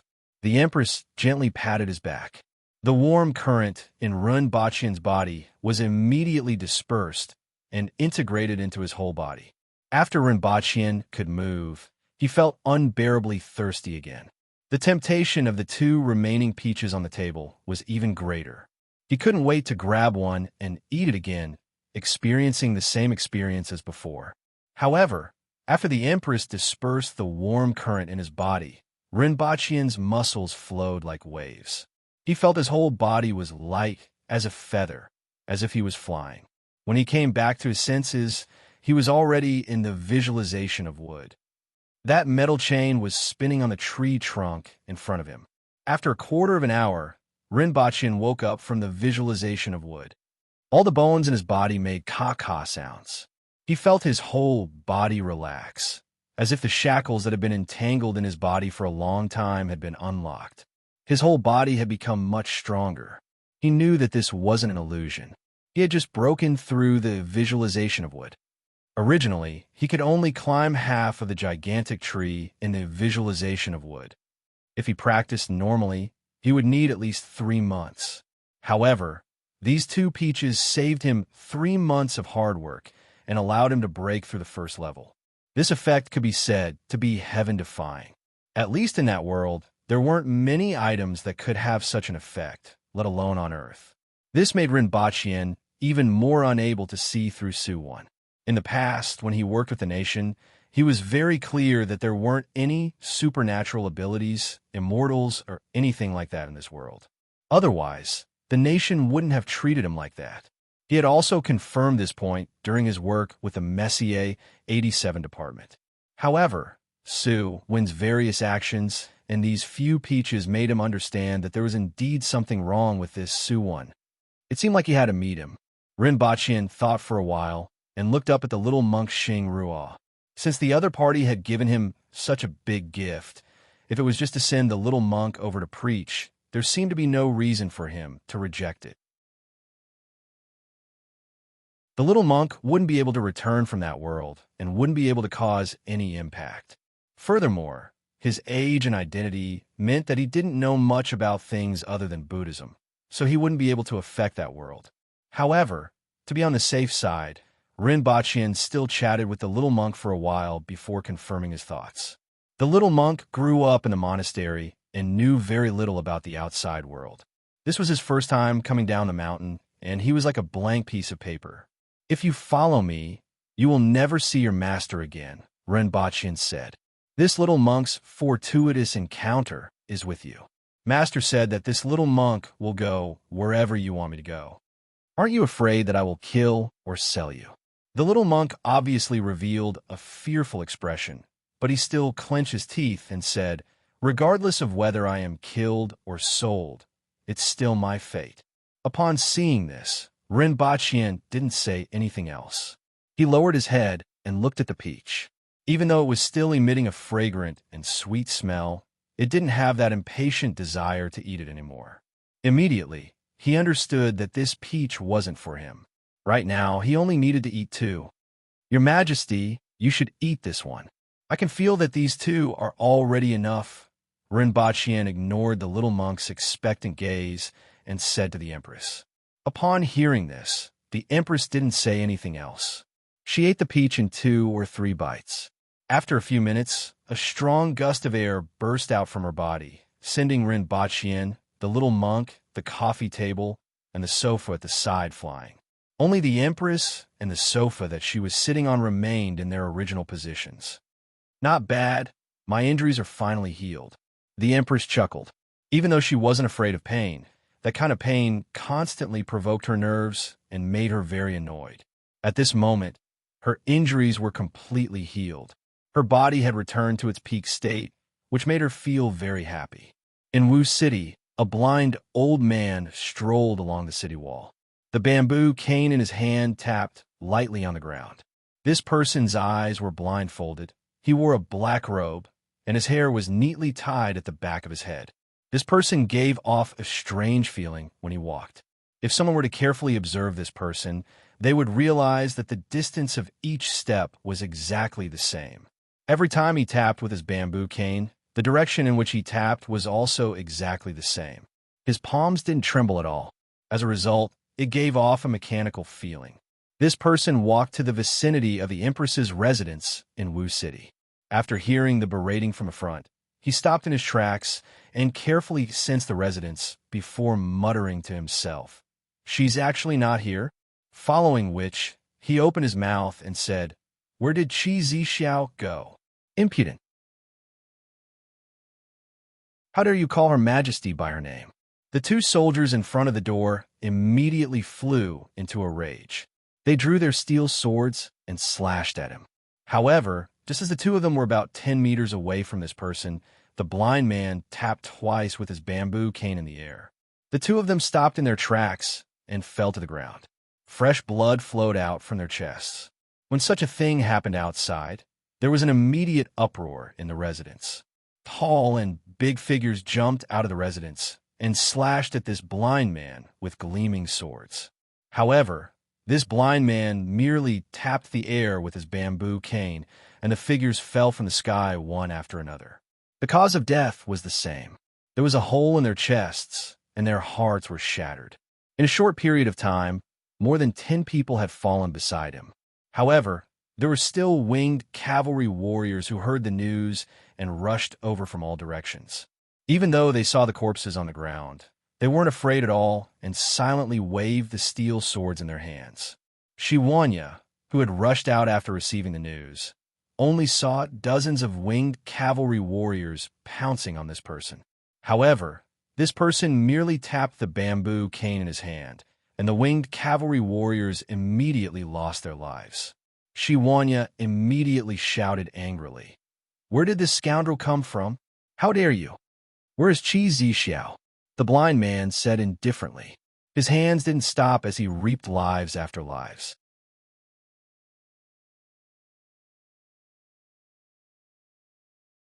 Chapter 484. Stand down. Shiwanya bellowed angrily and waved the long saber in his hand on the ground. It was as though there was an earth dragon swimming toward Blind Man wherever it passed. The flagstones on the ground would shatter, and a ravine would appear in the soil. The blind man tapped the ground with his bamboo cane, causing the ground to explode.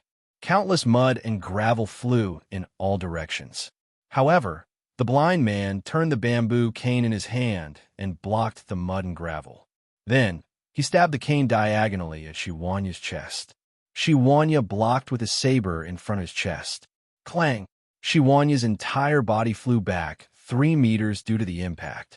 He landed on the ground and crushed the ground with his feet before stabilizing himself.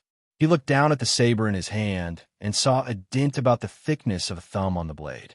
"Bah, godly spear?" Shiwanya asked in a deep voice after spitting on the ground. "Ah, the Protector General of the South is indeed skilled." The blind man laughed. Shiwanya grinned. It was indeed him. A spear is a godly spear, and a person is a vile person.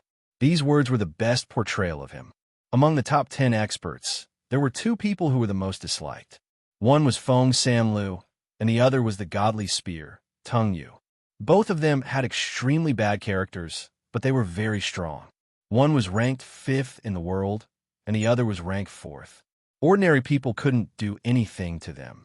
Feng Sanlu was killed by the Empress, and no one expected Tung Yu to appear here. What are you doing here? Shiwanya's face was cold and murderous. The Emperor of Great Xia sent someone to invite me to deal with Qi Zixiao. I originally wanted to fight with her and injure her a little so that she wouldn't be able to do anything for some time. However, I heard some interesting news. Qi Zixiao's injury hasn't healed yet, right? This made me change my mind. Although I'm blind, I've heard that Qi Zixiao is beautiful. Therefore, I want to ask her for her hand in marriage. Both of us are a perfect match, and we complement each other. With her strength, the only people who were worthy of her in this world were Meow Meow and a few others. The others aren't interested, but I'm very interested. Now, where's Qi Zixiao? Ask her if she's willing. The betrothal gift is all of your lives. This kind of words that hit the weak and feared the strong. And when he saw that you were injured, he would ruthlessly bite you. Yet it sounded so righteous coming out of his mouth. There was no need for him to say the first sentence, and no one would know. However, he said it as if it was a matter of course, as if he was deliberately letting everyone know that he did not care about his status as the 4th most powerful expert in the world. Everyone's eyes widened in anger, and they gritted their teeth. The person in front of him had a face full of wrinkles and a mouth full of yellow teeth. It was simply disgusting. A person like you is a disgrace to the 4th most powerful expert in the world. Shiwanya was so angry that his hair was about to stand up. What does being number 4 in the world have to do with who I am? Tung Yu laughed out loud. Shiwanya was a loss for words. The 4th most powerful expert in the world was his strength, not his character. In terms of luck, he would at least be in the top 3. His Majesty was 1st, and he was 3rd. Winged cavalry attacked the enemy. Shiwanya roared. He was well aware of His Majesty's condition. No matter what, even if everyone died, he had to severely injure this person. When His Majesty recovers, this person will die. Get into formation in the courtyard. Gong Zheng, who was standing on the wall, shouted. Boom! Boom! The walls and buildings in the courtyard collapsed one by one. After the dust had settled, a total of 800 burly men in leather armor could be seen standing in the ruins of the courtyard. The long sabers in their hands shone brightly, and their murderous aura soared to the sky. The murderous aura of everyone gathered together dispersed the clouds in the sky, causing everyone in Wu City to inexplicably feel a chill in their hearts and be filled with fear. Shiwanya, Zhongshan, and Qing Ping formed a triangle and stood on the left, right, and back of Tung Yu. Bloody battle! Kill! With a shout full of murderous aura, the 800 winged cavalry warriors clenched their teeth and pounced toward Tung Yu. Even if the 4th most powerful expert in the world was in front of them, they wouldn't be able to take even half a step back. A hand stretched out from the ruins and pushed away the tiles and wood. Finally, a person with a head full of dirt and face emerged. Lin Xiaola looked around blankly. Where's the house? Where's the house? Where's the house? How did it get demolished when I was sleeping so soundly? Librarian Lin, this is a great enemy. Please help. Shiwanya, who was fighting with Tung Yu in the distance, saw the charging winged cavalry warriors fall one by one around Tung Yu. His heart was bleeding nonstop, and his face was ashen. At this moment, he saw Lin Xiaola in the courtyard and immediately shouted. On a roof in the distance, Qing Yun's sword looked at the battle situation in front of him with an unpredictable expression. Finally, he clenched his teeth, made a sword gesture, and a long sword flew out from his back. Shiwanya was a little surprised to see Qing Yun's sword make a move, but his spirits were lifted. Not far away from Qing Yun's sword, an old man in linen clothes had a look of disdain on his face when he saw Qing Yun's sword make a move. He looked ahead with a gloating expression.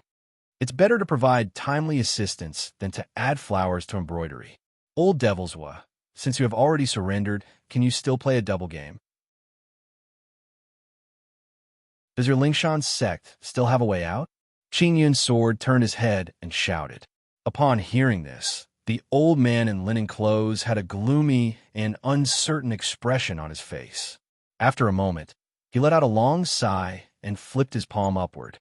A water and fire rod gradually materialized in his hand. In the future, Tianjin Basin would either be ruled by the Aboriginals or the three major powers. Just as Qing Yun's sword said, since the Lingshan sect had surrendered, there was no way out. If he made a move now, the future of the Lingshan sect would be better. Although he had no choice but to make a move, he held back 30% of his strength to harass the other party and protect himself. With the addition of these three spirit wheel experts, the pressure on Teng Yu suddenly increased. Bang! The bamboo stick in Teng Yu's hand exploded, and countless pieces of bamboo flew in all directions. As he twisted his body, a spear appeared in his hand. The spear was 7 feet long and covered with golden vein patterns. Little monk, do you want meat? Ren Ba-Qian, who was busy in the kitchen, poked his head out and asked teasingly. We only have meat at home. Yes. Xing Ruo's eyes lit up when he heard about meat, and his saliva almost flowed out. You aren't pretentious at all. Ren Ba-Qian couldn't help but laugh. He thought that Xing Ruo would refuse. I have to not starve to death to become a Buddha. Xing Ruo looked calm. That makes sense. Ren Ba-Qian was amused by him. After being busy for a long time, he brought breakfast to the table and asked the two to eat. After taking 2 bites, Ren Ba-Qian heard the doorbell ring again. Who was it this time? Ren Ba-Qian was a little impatient. Usually, other than the housekeeper and his Shun Feng, no one else would come. Last night, there was a little monk, and now someone was ringing the doorbell again. Ren Ba-Qian impatiently pushed the door open, and his impatient face immediately froze. Mom, Dad, why are you here? He saw Ren Ba-Qian's parents standing in front of the door. They were both dressed casually, dragging a suitcase, wearing sun hats and sunglasses, and looked like they were traveling. I would have forgotten that I had a son like you if you didn't come to see me. Ren Ba-Qian's mother raised her eyebrows when she saw him. She reached out to pull his ear and scolded. Have you grown up? Have your wings hardened? Not only did you not bring your girlfriend back, but you're also not going home now. How long have you not been home? Why do we have to come and find you? Do you think you ran away from home? Ren Ba-Qian looked sullen. 1 day ago, he was still in charge of the lives and deaths of countless people and was high-spirited. 1 day later, he had become a grandson, and he couldn't even resist. His mother kept poking him in the head with her finger. Ren Ba-Qian felt that there was a saying from the ancients that was simply a true portrayal of himself.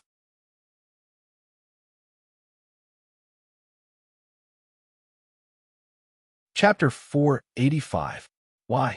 Are you blocking the door and not letting us in? Ren Ba-Qian's mother poked him with her finger for a long time until a large patch of his scalp fell off. Only then did she open her eyes wide and speak. Ren Ba-Qian really didn't want to let them in. Neither he nor the Empress was prepared to meet their parents. However, did he dare to say no in this situation?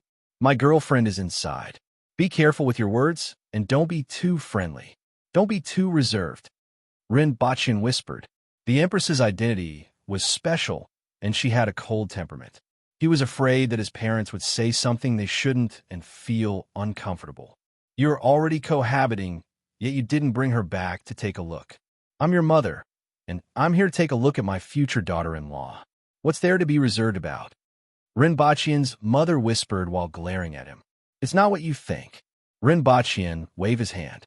Sharing a bed and pillow was cohabitation, and living in the same house was also cohabitation. He even lived with the Empress in the palace, which was considered cohabitation. However, this was completely different. Ren Ba-Qian reached out and dragged his father's suitcase over before bringing the two of them inside. Were you robbed? Ren Ba-Qian's parents were surprised when they came in. This house was indeed imposing. Although Ren Ba-Qian's parents were surprised, they didn't say much after being surprised for a long time. Instead, the scene in the living room surprised them more. The living room was in a mess. Two small sofas had fallen apart, the coffee table was broken, and there was a big hole in the wall. Just a small matter. Rinpoche tried to fool them, put the suitcase aside, and asked, "Have you had breakfast?" "I have eaten long ago. Take a seat first." Rinpoche quickly let them sit down. "How did you gain so much weight?" Rinpoche's father asked as he sat down. "I'm strong. I'm strong. I'm strong." Rinpoche bulged his muscles. Was this considered fat? He was 175 meters tall and only weighed 100 kilograms. Was this considered fat? "Where's my daughter-in-law?" Rinpoche's mother looked around as soon as she sat down. "I'll go and take a look." Rinpoche quickly ran to the dining room. The Empress was having breakfast with a pot of porridge and a pot of meat. He reckoned that his parents would be shocked if they saw the Empress's appetite. In any case, the little monk was scared out of his wits. From time to time, he raised his head and timidly looked at the Empress, afraid that she would eat him up. The Empress raised her head and glanced at Rinpoche. Then, she buried her head and continued to eat. "My parents are here," Rinpoche whispered as he sat beside her. "They don't know who you are, so please don't mind if they offend you." "Oh." The Empress lowered her head and continued to eat the porridge. Seeing that the Empress's reaction was indifferent, Rinpoche felt a little relieved. However, he didn't dare to relax completely. Rinpoche didn't know if there was such a thing as meeting the parents in Dayo. However, looking at the Empress's reaction, it seemed like she hadn't. Even if there was, she wouldn't know. "Do I have to see her?" the Empress asked faintly after they had finished eating. According to her, it wasn't time for the wedding, so she would just return to her room. "I think it's better for me to meet him." Rinpoche sighed. He had already been stopped by his parents, and it wouldn't be right if he didn't meet him now. "Oh, you can continue eating," Rinpoche said to the little monk and walked out with the Empress. Breathtaking. This was the first feeling that Rinpoche's parents had when they saw the Empress. Both of them saw a lady in red walking out. They didn't have many adjectives to describe her, but they felt that this lady was prettier than those celebrities on television. She was tall, had fair skin, exquisite features, and fiery red lips. Her dashing eyebrows made her look even more heroic. In addition to that slightly cold and indifferent temperament, no matter where one saw such a person, they wouldn't be able to forget her at first glance. Furthermore, she had that kind of majesty. Although both of them hadn't seen any big shots before and didn't know what kind of aura was, they knew that she was definitely not an ordinary person. She gave off the feeling that she was someone who had walked out of a movie and existed in a fantasy. She didn't seem like a real person at all. "Hello, I'm Rinpoche's father, mother." Both of them stood up at the same time and said. They finally understood why Rinpoche said not to restrain them. This daughter really made people subconsciously feel nervous when they saw her. They couldn't face her with the mentality of a normal parent meeting their daughter-in-law. Instead, it was as if they had met a big shot and didn't even dare to breathe loudly. Although they had seen Rinpoche's selfies on their phones, seeing her in person was completely different. "I'm so happy to meet both of you," Rinpoche added. The Empress was interrupted by Rinpoche's words. She turned her head to look at him, then turned to the two of them, nodded, and said, "I'm so happy to meet both of you. This is my father, my mother, and this is Chi Zi Xiao." Rinpoche introduced them. "Good name, very imposing," Rinpoche's father immediately praised. Sit, don't just stand there and talk," Rinpoche quickly called out. The Empress turned to look at him and asked with her eyes, "Where should we sit?" Except for the sofa in the middle of the living room, the rest of the furniture had been scrapped. "I'll go and get 2 chairs," Rinpoche called out and quickly ran to the dining room to get chairs. When he returned, he saw the 3 of them staring at each other. Sit. Rinpoche put down the 2 chairs and gestured to his parents.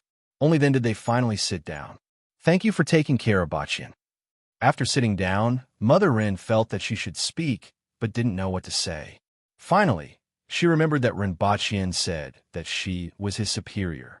"He has also helped me a lot," the Empress said faintly. With Rinpoche, her life had changed from black and white to colorful, and her daily life had become more colorful. "What are you talking about taking care of me?" Rinpoche laughed it off. "Why are you here all of a sudden? You didn't even give me a call. We couldn't reach you by phone, and you only called us once every 2 weeks.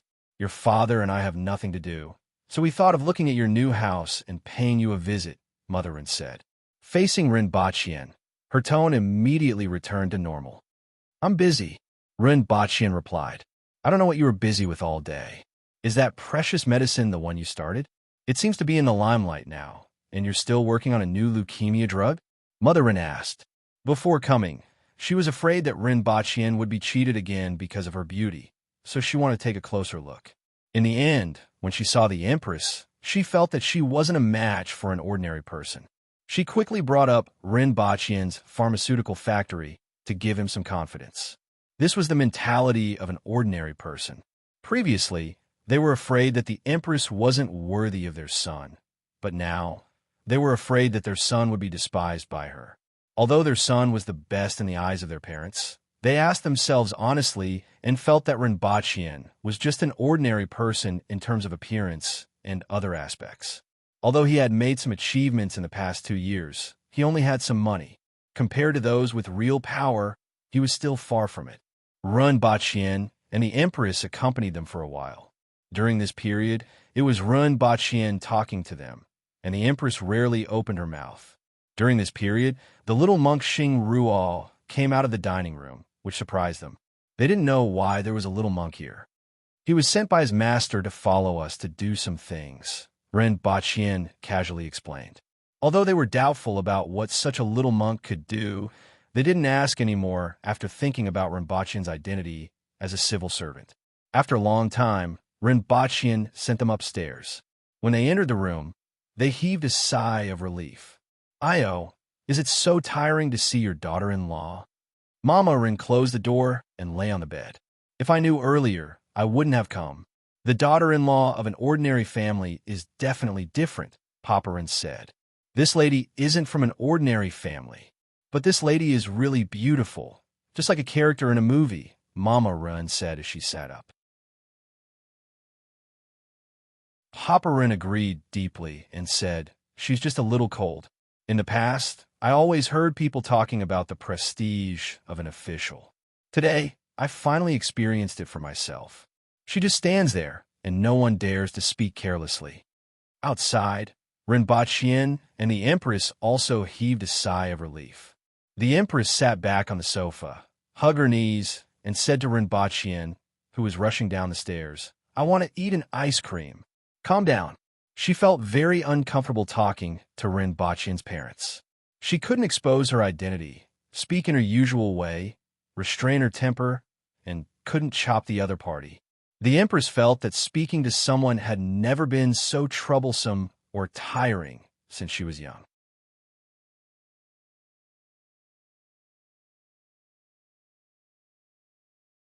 Chapter 486. Rinpoche's parents stayed in the villa for 3 days. At first, they weren't used to facing the Empress. After staying for 3 days, the two of them had become slightly more familiar with the Empress and could finally speak a few words with her.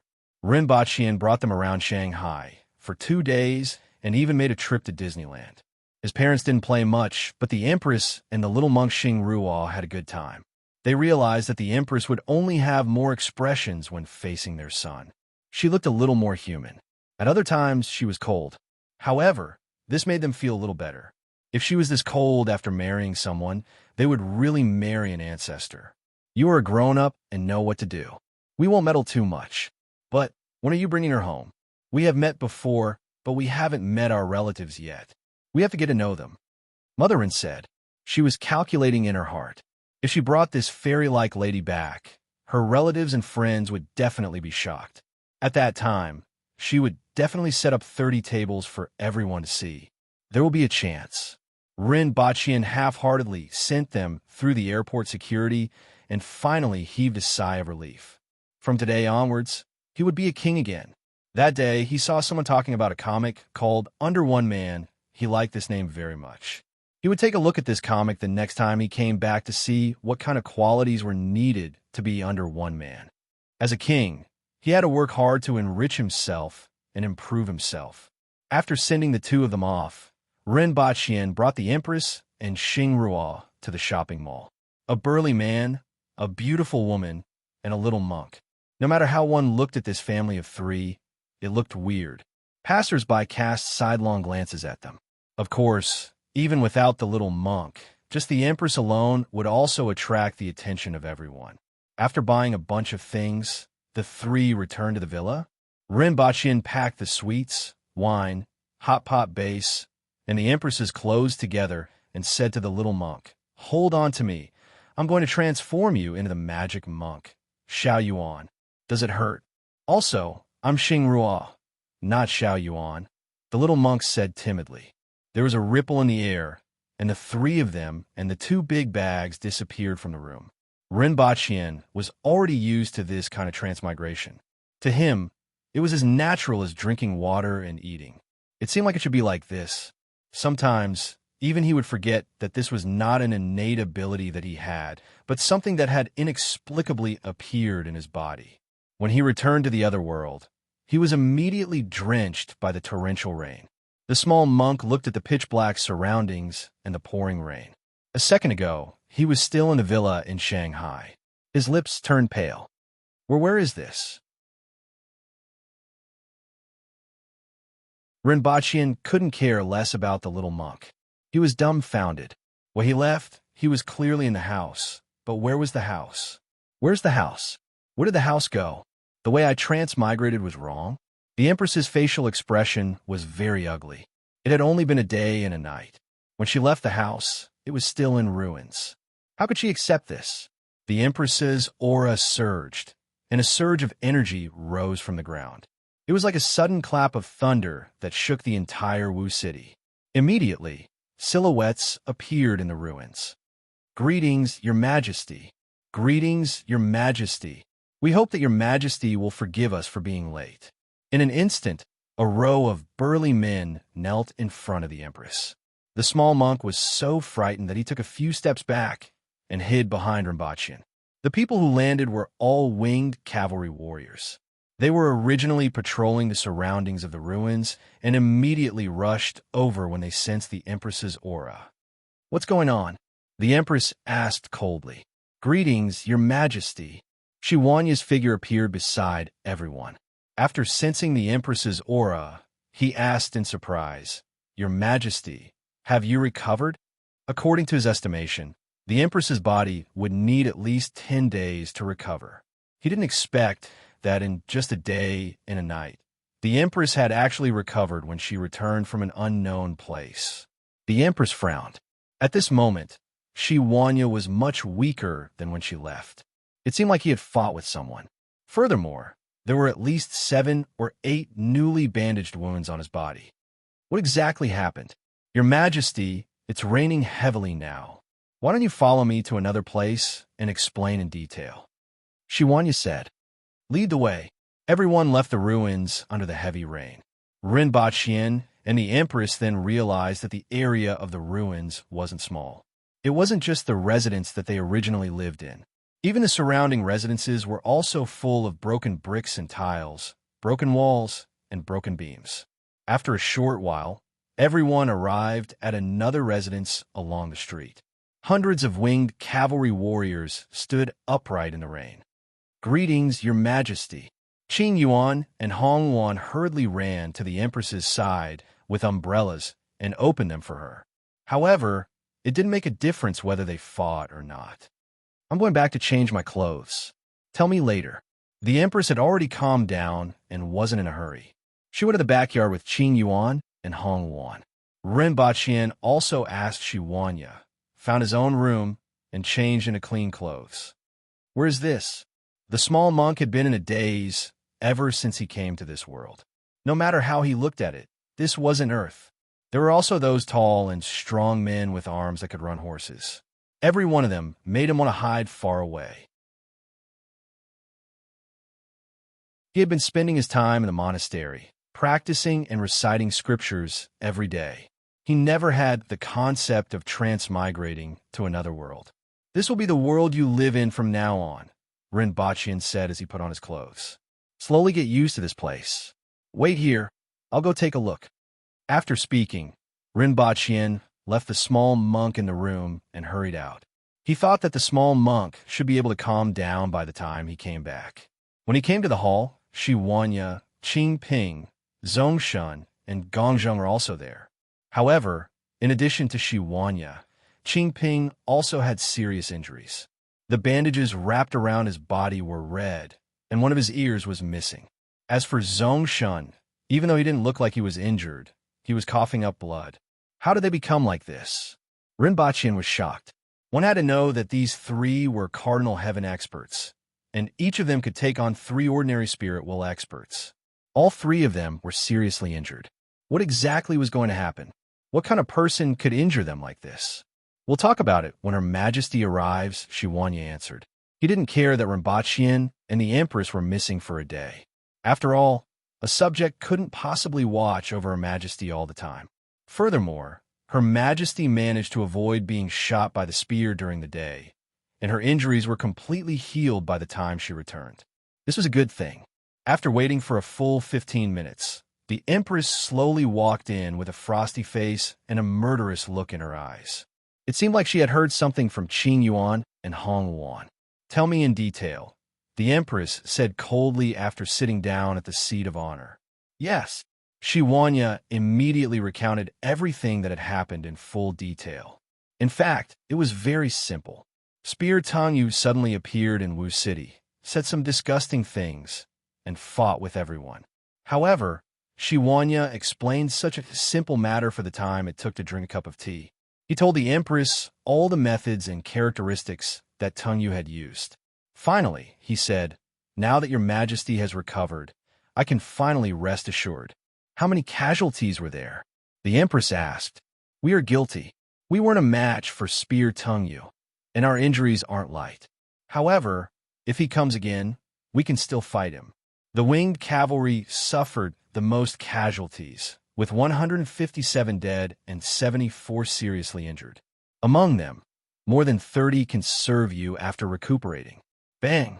Upon hearing this, the Empress immediately smashed the table beside her into pieces with a strong, murderous look. Of the 200 people, even if only 30 could return to the team, there would still be 200 casualties. One had to know that the winged cavalry had a total of 1,500 men. After several battles, there were less than 1,000 of them left. After this battle, there were less than 800 of them left. It could be said that they had lost nearly half of their men. Even the Empress was heartbroken by such a loss. Rinpoche didn't show it on the surface, but he secretly heaved a sigh of relief. Although the winged cavalry suffered heavy losses, fortunately, he and the Empress had returned to Earth to hide. It was fine as long as the Empress was fine. What followed was shock.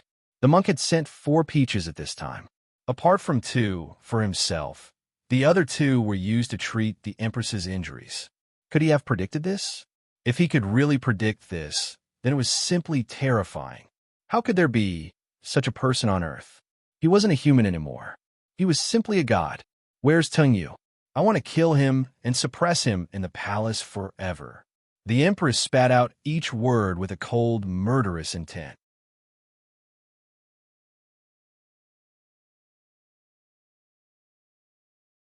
Chapter 487. Where's Tongyu? The Empress asked. It seemed like she couldn't wait to kill him. I don't know. He's quite fast, and we were all injured, so he escaped. However, I think he'll come again in a few days. After all, he thought that your Majesty's injuries would take more than 10 days to heal. As long as he hasn't given up, he'll definitely come again. Is Tongyu injured? Rinpoche asked. He's worthy of being the 4th most powerful expert in the world. Even though we besieged him and killed so many winged cavalry warriors, his injuries were much lighter than ours.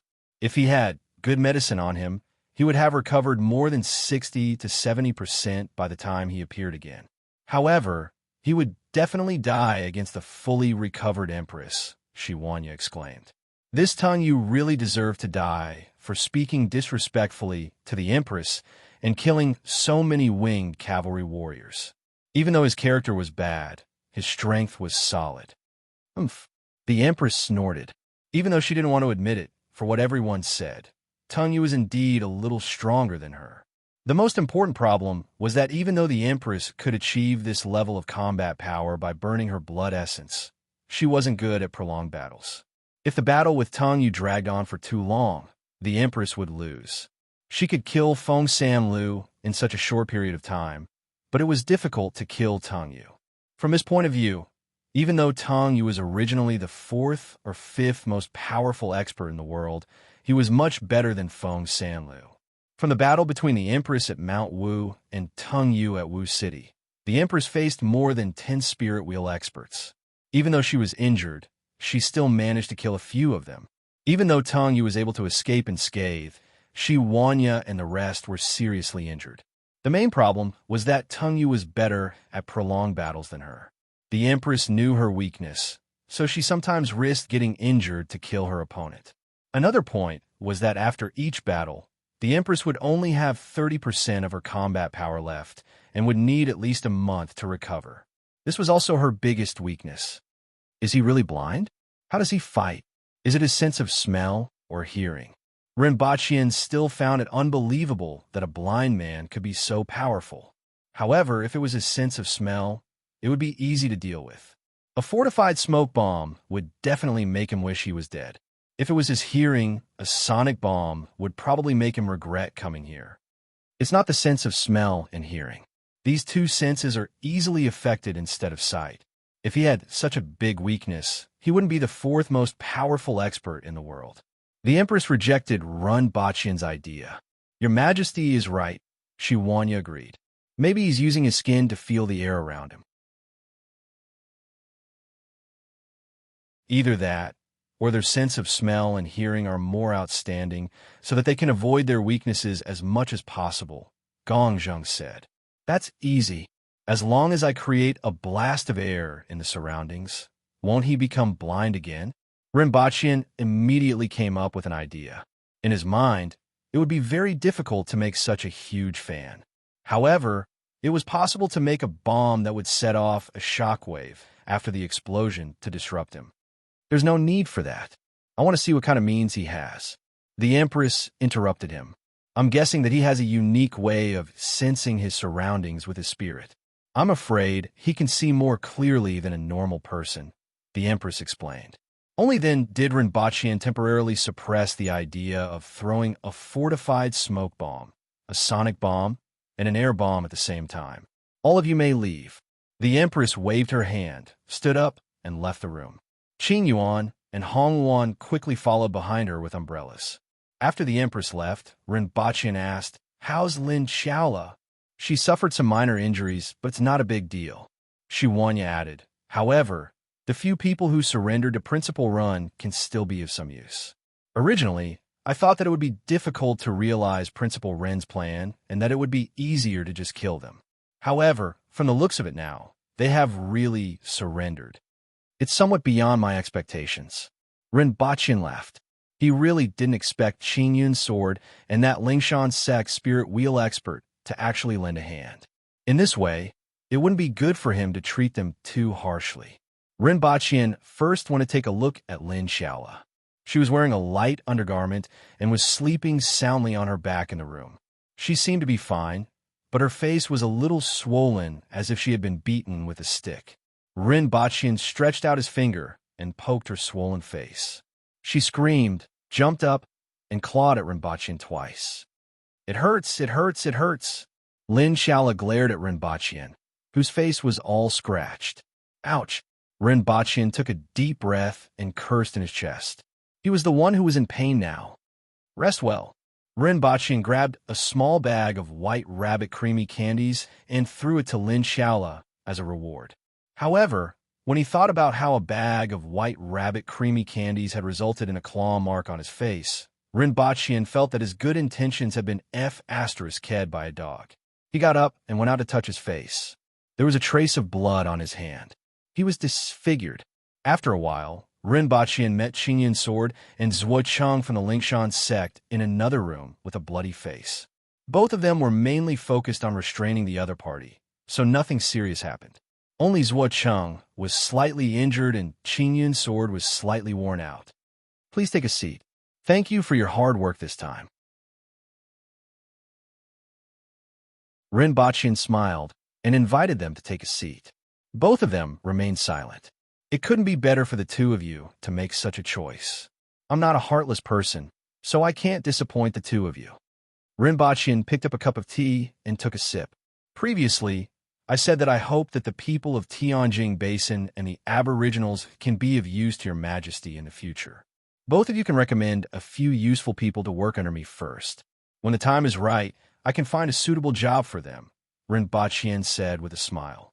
Upon hearing Ren Baqian's words, both of their expressions changed. Even though these words were simple, recommending a few people to work under the person in front of them was much better than rewarding them with some benefits. What was the identity of the person in front of them? He was Qi Zixiao's husband.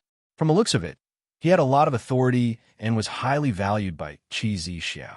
By working under him, they would at least have a big backer in the Aboriginals' court.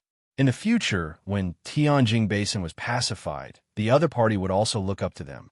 Furthermore, working under him was also the first step for the people of Tianjing Basin. Not to mention the fact that the Prime Minister was a rank 7 official. The benefits of working for him were much greater than those of some low-rank officials. Even if the people of Tianjing Basin left Tianjing Basin in the future, they would still have to bow down to the Aboriginals. However, with his support, it would be a completely different story. Ren Baqian's words weren't just a benefit to the two of them, but also an attitude and a message to them. Thank you, sir. Zhuo Cheng cupped his hands and said. Qin Yun's sword recalled that day in that room. Someone said that the person in front of them wanted to stabilize his power and occupy a place in the imperial court. Therefore, he wanted them to surrender. Now, it seemed that this possibility was very high. If this was the case, then the person in front of them would rise or fall together. If the other party fell in the future, they wouldn't be able to get any benefits. However, they had no other choice.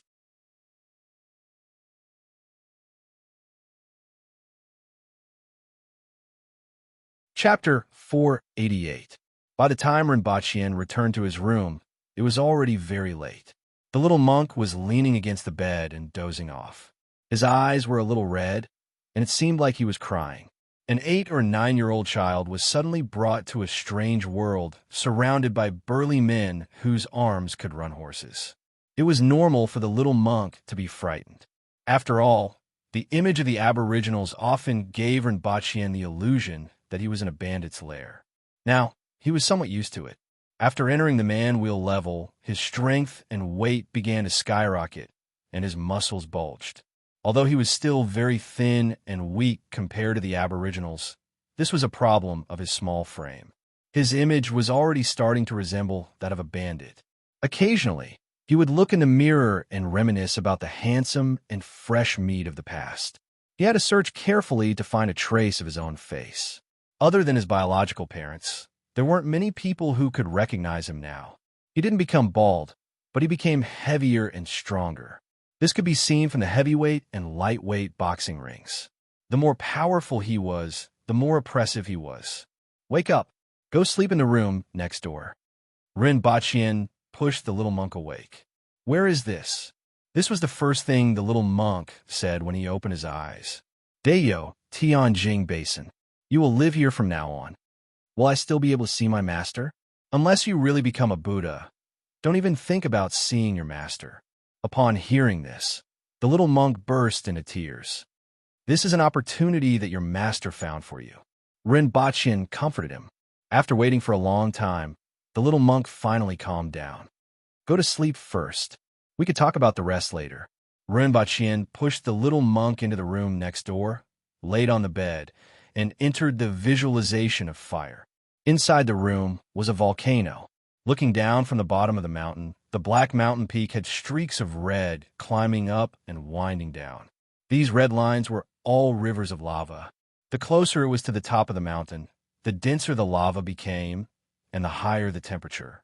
At this moment, the metal chain was near a stream of lava at the foot of the mountain. It arched itself up and tried to dip one end into the lava. Its entire body shivered. Then, it laid comfortably beside the river of lava. From time to time, it would dip one end into the river of lava and then quickly pull it back, shivering all over. Rinpoche felt that this guy seemed to be soaking his feet. At the very least, it looked quite realistic. After water and wood, it was now fire, completely following the order of the 5 elements. Presumably, the next one would be earth, and then metal. After completing the visualization of wood, his strength skyrocketed from 700 kilograms to 900 kilograms. His speed, musculoskeletal strength, and ability to take hits had also improved. After completing the visualization of water, Rinpoche's kidneys functioned much better. The kidney was a place where essence was stored. It was divided into innate essence and acquired essence, including growth and development. He had gone from 120 kilograms to 200 kilograms, and it seemed like it was still growing. He did not know if it had anything to do with this. In addition, he was full of energy and didn't get tired easily. With regards to this, Rinpoche was rather satisfied. Good kidneys were truly good. After completing the visualization of wood, his heart and lungs became stronger. The lungs were connected to the qi in the body. They were responsible for breathing, controlling the skin and hair, and opening the orifices to the nose. However, Rinpoche discovered that his lung capacity had greatly increased. He took a deep breath, and like a whale swallowing water, he could hear the sound of the airflow. In the past, he would have drowned in the water in 2 minutes, but now it's 6 minutes? Climbing 30 floors in one go without panting? It seemed to be useless. Furthermore, the shortcomings were very obvious. For example, if he encountered gas poisoning or poisonous gas, he would have to lie down before others could react. In short, the benefits of completing the visualization of wood seemed to be smaller than the visualization of water. However, Rinpoche felt that it shouldn't be so simple. With the completion of the visualization of wood, Rinpoche finally felt the essence and blood in his body transform into wisps of gas that circulated throughout his body. The smoothness of this part might be related to the lungs. Rinpoche had high expectations for the visualization of fire. After all, fire corresponded to the heart, and the heart was the source of power. At the same time, there was also the saying that the heart contained the spirit. Rinpoche guessed that completing the visualization of fire would greatly improve his strength. At the same time, it would also nourish his spirit and lay the foundation for the earth wheel level. For the next 2 days, the entire Wu city was tense on the outside, and the atmosphere was even more oppressive. Rinpoche and the Empress sat in the courtyard. The Empress rarely spoke. She had been resting with her eyes closed to adjust her condition. She was waiting for Tung Yu to come and kill him here and now. She had to calm down every time there was a big battle. After all, he was the 4th most powerful expert in the world. Even if his strength wasn't at its peak, the Empress didn't dare to look down on him. Furthermore, sparring with such an expert was in itself a form of tempering for one's strength. During a battle with an expert, one's entire body's essence, qi, and spirit would fuse into one, and one's mind and spirit would become one. This would allow one to tap into one's potential during a life-and-death confrontation. As a result, after every battle, one's strength would improve to a certain extent. At the Empress's current level, every step forward was very difficult. Furthermore, her status made it very difficult for her to find a suitable opponent.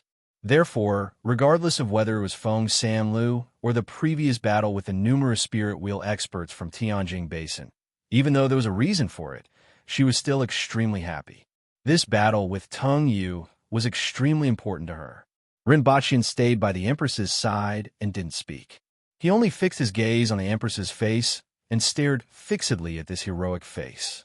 In particular, those red lips of hers always made him want to kiss them.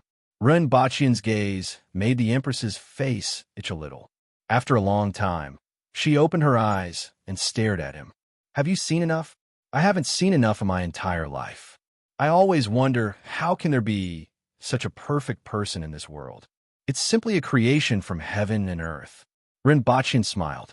The Empress wrinkled her nose and wanted to laugh. However, she immediately put on a straight face and said, I want to rest. Go and do what you need to do. Rinpoche was chased out of the courtyard by the Empress. He looked up at the sky and was thinking about how to take revenge on that old fart, Xiao Baichong. This guy really didn't stop. Previously, the Zhumu elders, Lu Qi, and now Tangyu were all stronger than the other. Rinpoche didn't know how much he had to spend to hire these people. There was also Su Qing. Although he was a traitor, he was also sent by Xiao Baichong to cause trouble for Dayo. He was also the one who sent people to persuade the Yun Nation and the Qin Nation. At the end of the day, he was originally living well in Lan City, but now he was running around every day.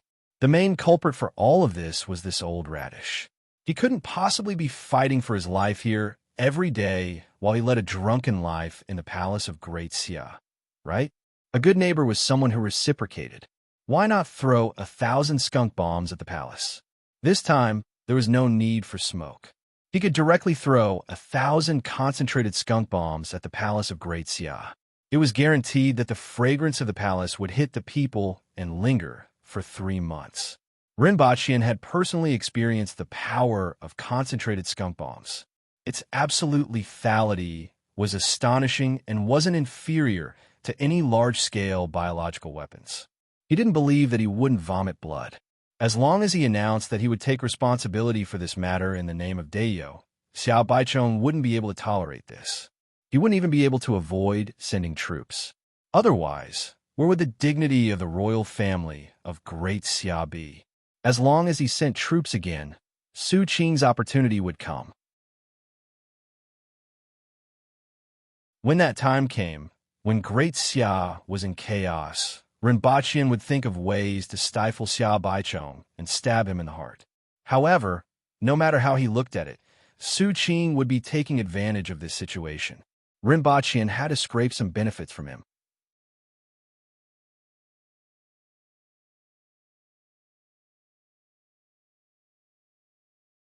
Chapter 489. As time passed, the atmosphere in the city became more and more oppressive. Everyone knew that Tengyu would come again. If it were any other expert, they would wait for the Empress to recover before fighting her. However, Tengyu wouldn't do so. Therefore, there was only one possibility. Tengyu was recuperating. The later he came, the better his recovery would be. On the morning of the 8th day, there were people selling breakfast on the streets.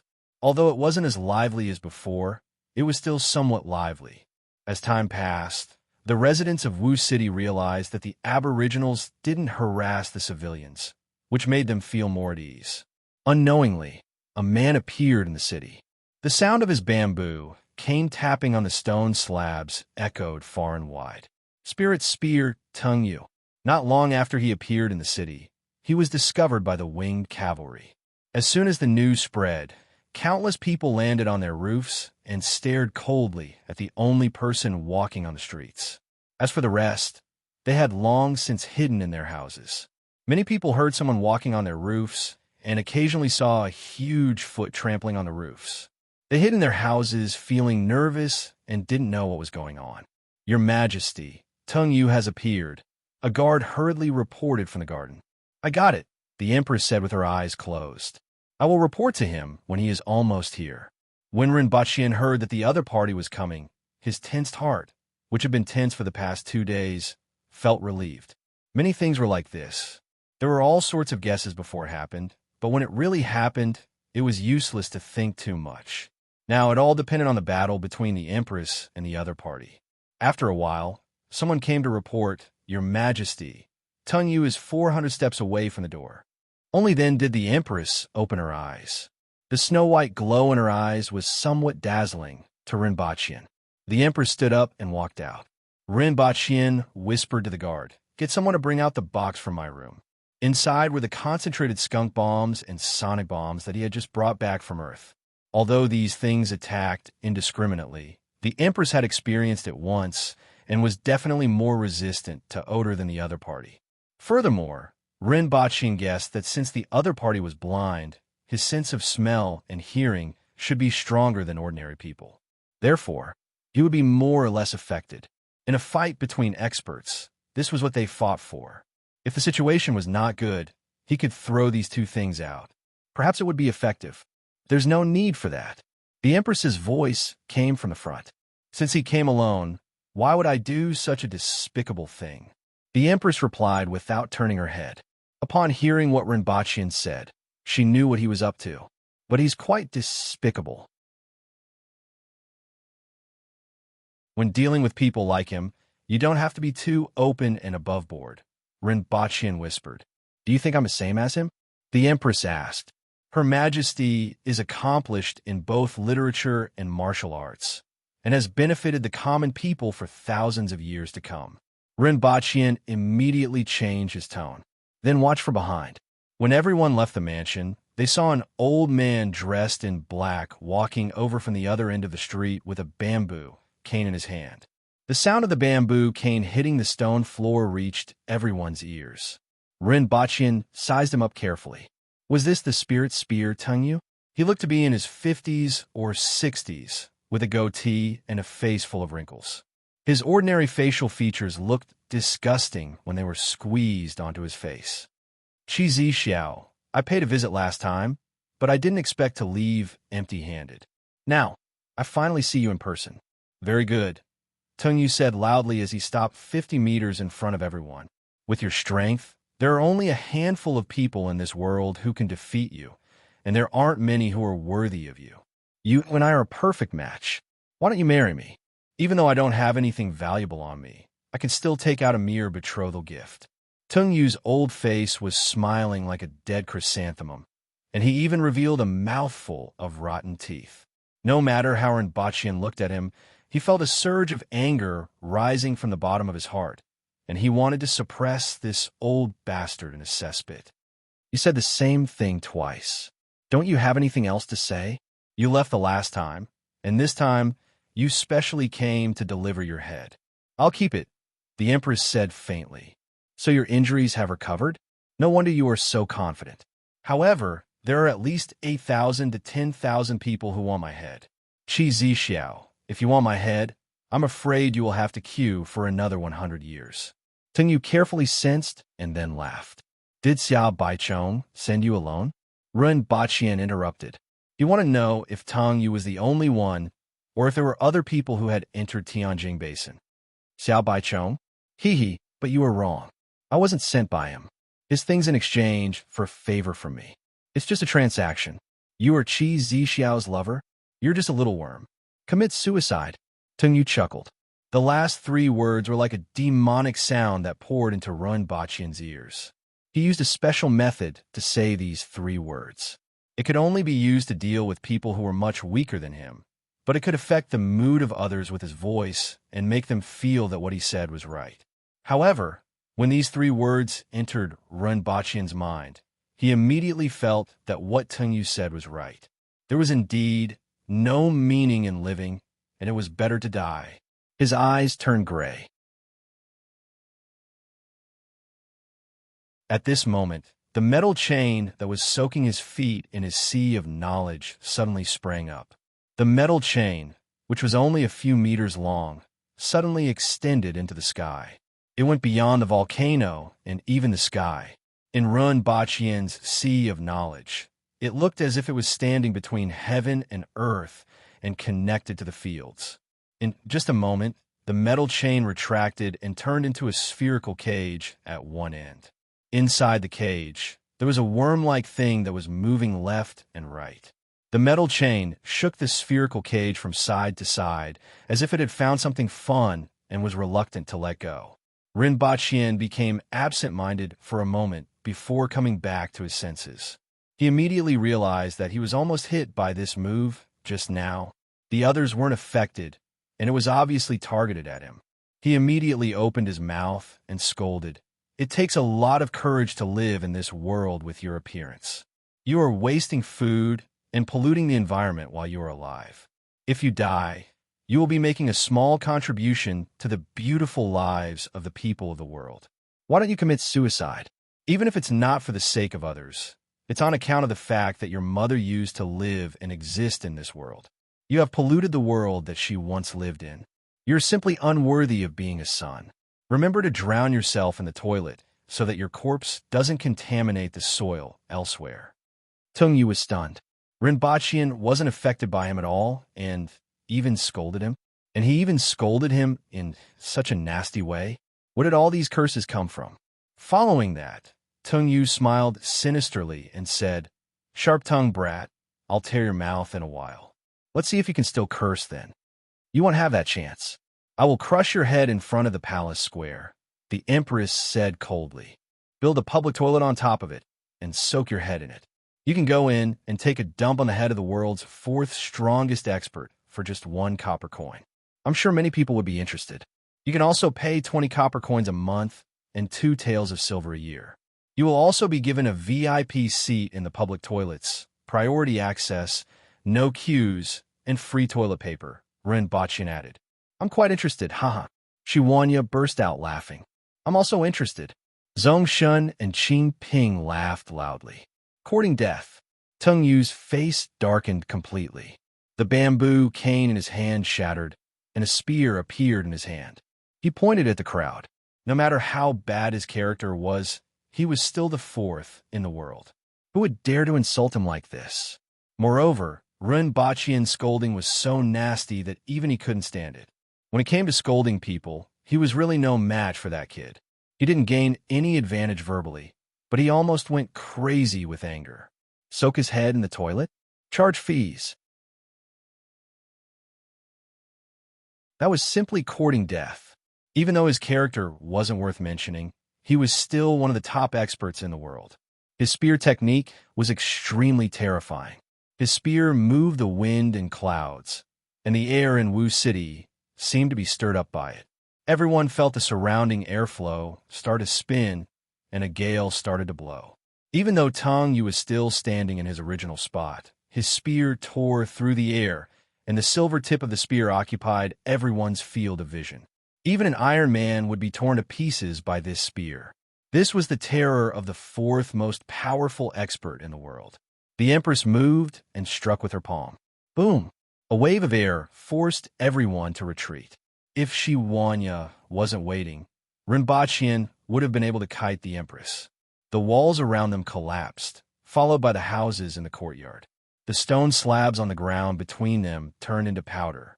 There was even a 3-meter wide and 5-meter deep gully on the ground. This was the mark of this spear attack. Boom! The buildings on both sides collapsed with a loud rumble. Crash! Amidst the broken tiles, a head with a face full of dust and dirt popped out.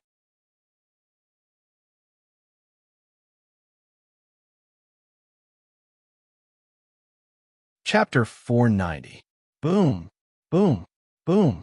As the two of them fought, the buildings on the street collapsed one by one. A black and a red figure shuttled back and forth amidst the rising dust. Tungyu flicked his spear on the ground, sending pieces of stone slabs flying toward the Empress. However, they were turned into dust by her jade-like palms. Purple thunder. Tungyu shouted as the spear in his hand turned into a Z-shaped bolt of lightning and struck at the Empress. The Empress continued to resist with her bare palms.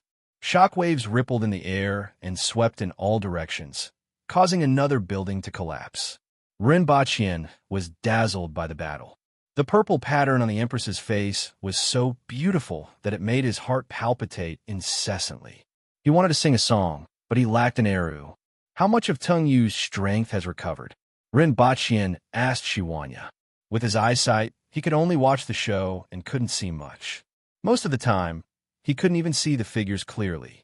Occasionally, he would see the Empress's red clothes fluttering in the wind. Her skin was covered with purple patterns, which made her look mysterious and beautiful. I can't tell, but it's at least 80%, maybe even 90%. Shiwanya said in a deep voice. What are the chances of winning, Your Majesty? Swallow the mountain. Tungyu shouted again as the spear in his hand turned into a giant golden python. It bared its snow-white teeth and opened its mouth to swallow the Empress. The Empress didn't seem to know how to dodge. From the start of the battle until now, she hadn't retreated or dodged at all. Rinpoche recalled watching the Empress fight with the spirit wheel experts from Tianjing Basin. She didn't seem to dodge at all, and mostly fought hard with her bare palms. At this moment, the Empress twisted her slender waist in the air, turned half a circle, and waved her fingers up and down as if she was tearing something apart. Before the golden python in the air could even touch the Empress, it was immediately torn apart from its mouth and turned into golden specks of light. A spear flew back into Tung Yu's hand. Prison suppression.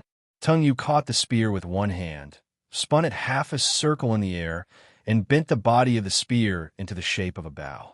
Before the spear even landed, the air below the spear was pushed to the sides, and a gully even appeared on the ground. In Rinpoche's eyes, he didn't see a spear strike.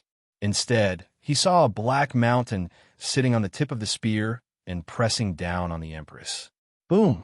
Both parties collided again, and the Empress was smashed down from the sky, creating a huge crater on the ground. The black mountain in the sky disappeared.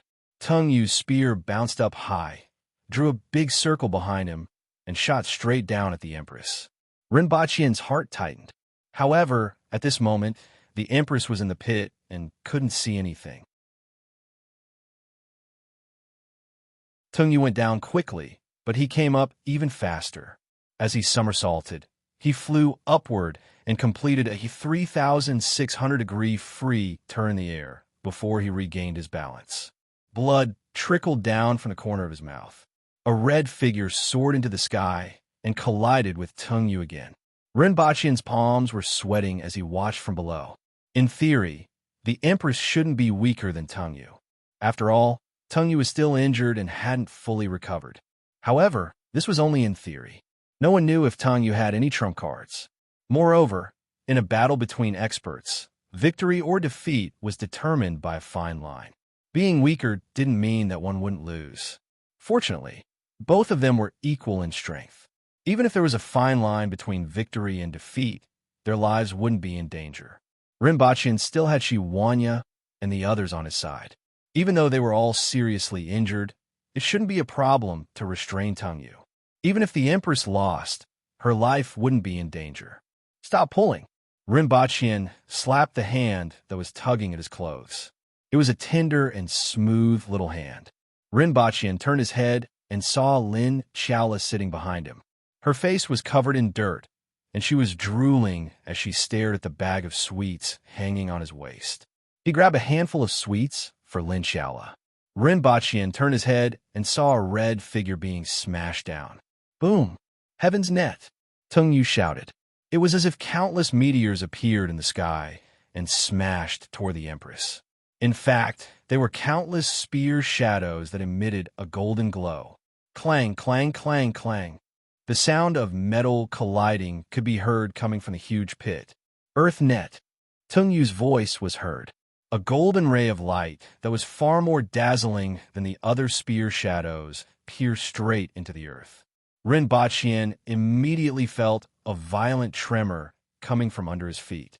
Not good. Shi Wanya's expression changed. Without thinking, he grabbed Rinpoche's clothes and jumped out. Qing Yuan and Hong Wan were also brought away by Zhong Shun and Qing Ping. Just as everyone left the ground was covered with countless cracks, following which spear energy shot up into the sky. This area was filled with streaks of spear energy. Bang! Tung Yu collided with the Empress again, but this time, he was charging toward everyone like lightning. Where do you think you're going? Shi Wanya shouted. The long saber on his back appeared in his hand, and a snow-white saber light swept up like a waterfall from the bottom to the top. When he made his move, he threw Rinpoche toward Qing Ping. However, at this moment, Tung Yu's spear tapped on the saber light. His body made a turn and swept past Tung Yu. Not good. Qing Ping shouted angrily, but it was already too late. Rinpoche was originally thrown into the air. Fortunately, he was used to being thrown and didn't panic. Just as he expected, a big hand grabbed his collar and caught him. However, why was he getting further and further away from everyone? Tung Yu, you are one of the top experts in the world. How could you do such a thing? Why aren't you putting principal down? Qing Ping grabbed Hong Wan and landed on a pile of rubble while shouting at Teng Yu. Rinpochian. F*CK. I was caught by this old bastard Teng Yu? The person behind me is Teng Yu? Rinpochian's forehead was immediately drenched in sweat, and his heart felt as if it was being squeezed tightly by a big hand. Let him go. The Empress bounced up again as soon as she landed and chased after them. Qi Zixiao, you better stop. Otherwise, I will strangle him now. Teng Yu's gloomy voice sounded behind Rinpochian. I'm finished. Rinpochian felt like cursing 10,000 times. Following Teng Yu's words, Rinpochian finally landed on the ground, but he felt that his legs were a little weak. Teng Yu, what are you trying to do? The Empress asked coldly as she landed about 50 meters away from them. The Empress's current condition wasn't too good. Many parts of her body were broken, revealing blood-red wounds. You actually stopped. It seems like you value this fellow quite a lot. Teng Yu laughed mischievously. It's just that I feel that if we fight to the death, I won't be able to leave with so many of you here. If you hurt him, even if I have to go to the ends of the earth, I will still kill you and dismember you into 1,000 pieces. Rinpochian, Your Majesty, aren't you telling the other party that I'm a good handle? Should I ask Your Majesty to leave me alone and take revenge for me? Or should I ask Your Majesty not to be impulsive? Hee hee. Teng Yu laughed mischievously behind Rinpochian. Even without turning his head, Rinpochian could hear the meaning behind these words. Soon after, he felt himself being thrown backward, following which he felt a sharp pain in his body as a spear nailed him to the wall. After being nailed to the wall by a spear, Rinpochian felt his vision turn black and almost fainted from the pain. Even though the spear didn't pierce his vital points, it did pierce through the area below his shoulder blade. The waves of pain stimulated his brain. Teng Yu stood 2 meters in front of Rinpochian and said calmly, Qi Zixiao, what are you going to do now? What are you going to do now? I will definitely kill you.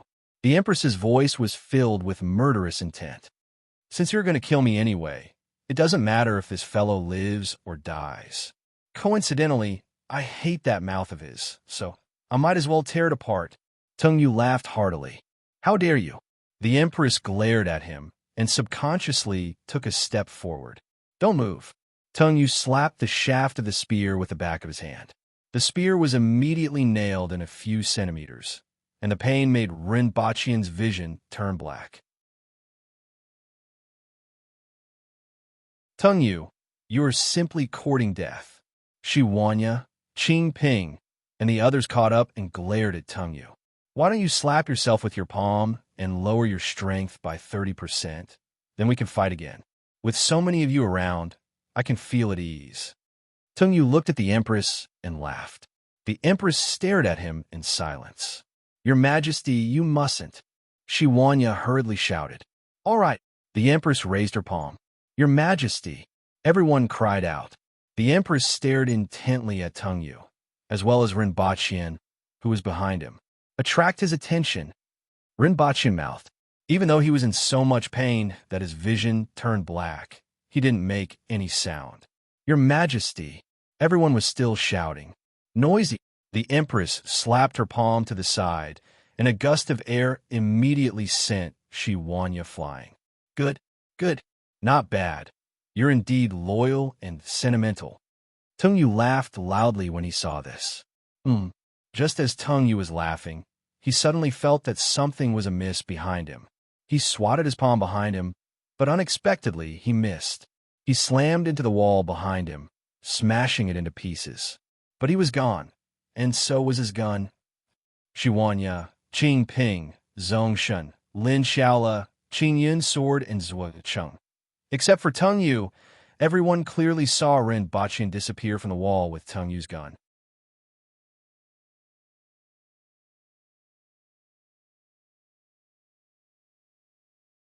Chapter 491. When Rinpochian returned to Earth, his legs went soft, and he fell to his knees. When the spear hit the ground, he almost fainted from the pain, but he didn't dare to pull it out. If he pulled it out from such a wound, he would definitely lose a lot of blood.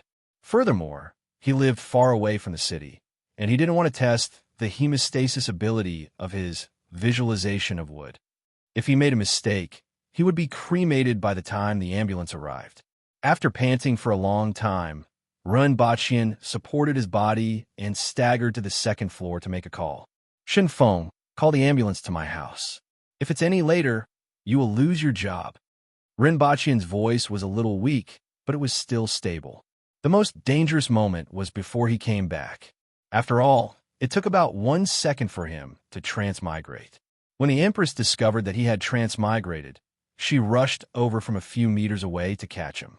He was really afraid that if Teng Yu found out and brought him back, he would really die a tragic death.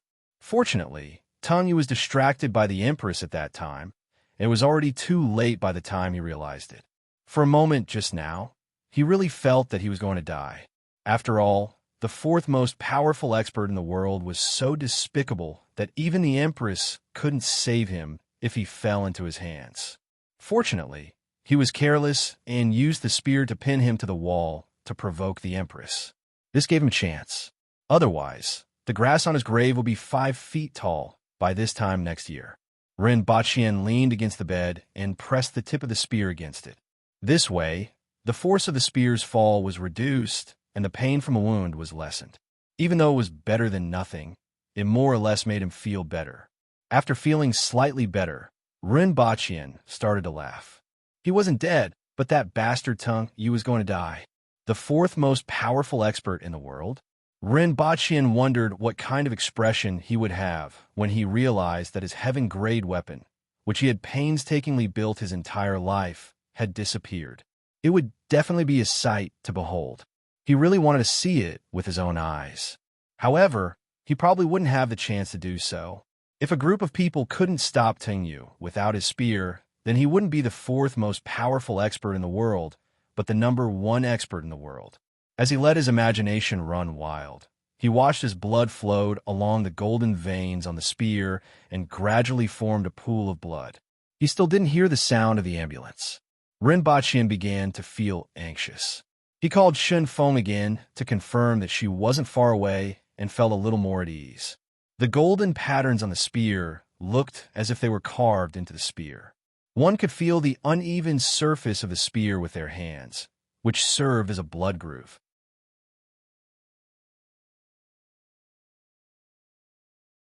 Although each of the lines was very shallow, there were many of them. The following period of time was simply torturous. Renbachien felt his strength begin to drain away, his body became weaker and weaker, and his head began to feel dizzy. The iron chain emerged from the top of his head. After twisting a few times, it wrapped itself around the body of the spear as if it wanted to pull the spear out. The metal chain in Renbachien's body also sensed danger. If Renbachien died, it would lose its place of existence and vanish in a puff of smoke. The movement of the metal chain pulling the spear jolted Renbachien out of his daze, and he hurriedly stopped it. Fortunately, he heard the sound of an ambulance coming from afar and stopping in front of the courtyard. Then they stopped outside the villa and knocked on the door a few times.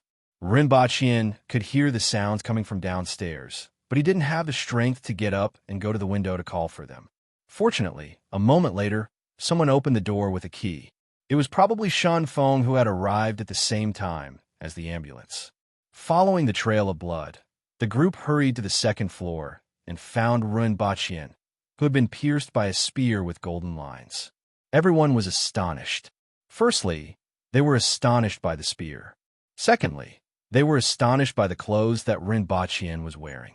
After all, he was still wearing Dayo's official uniform. "Boss, how are you feeling?"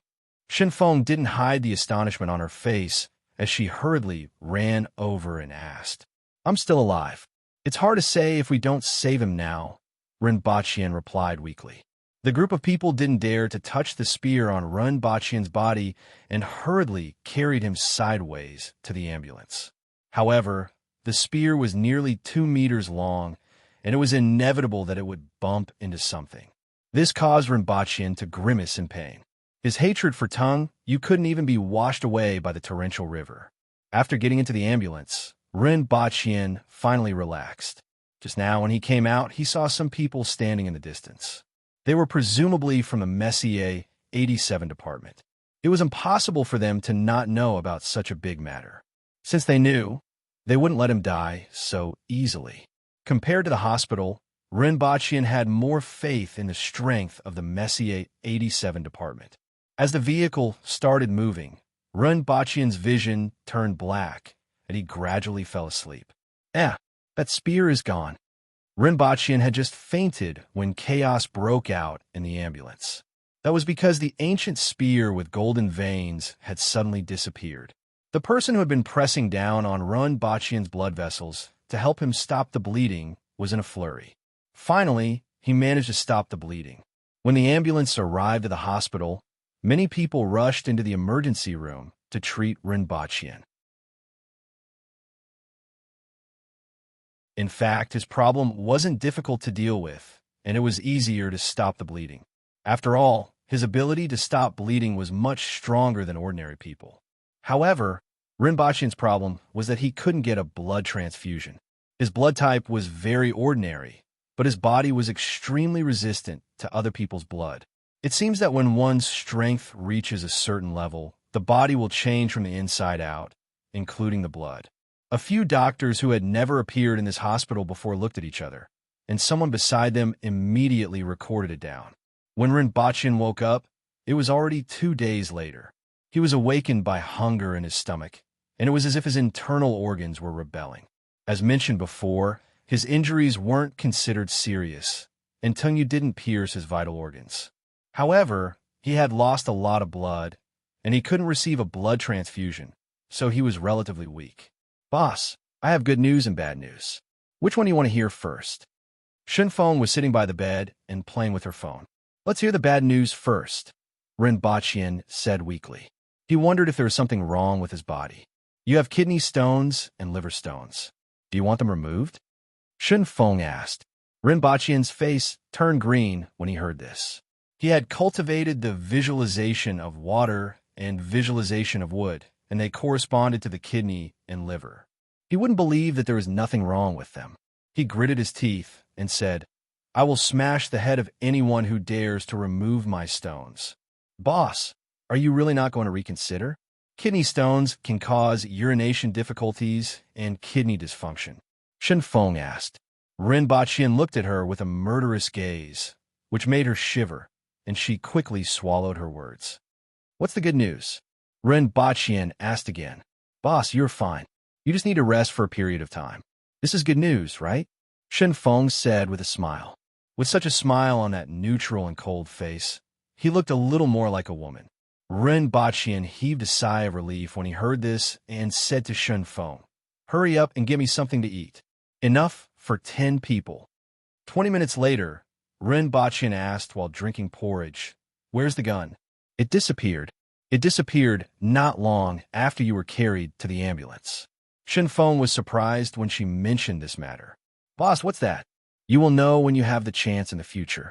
Rinpochian waved his hand. However, he would have to wait until a spirit wheel expert and a heaven-grade weapon appeared on Earth. Since the gun had disappeared, it should be the same as the metal chain. Tungyu was probably dead by now. After drinking an entire bucket of porridge, Rinpochian finally felt alive.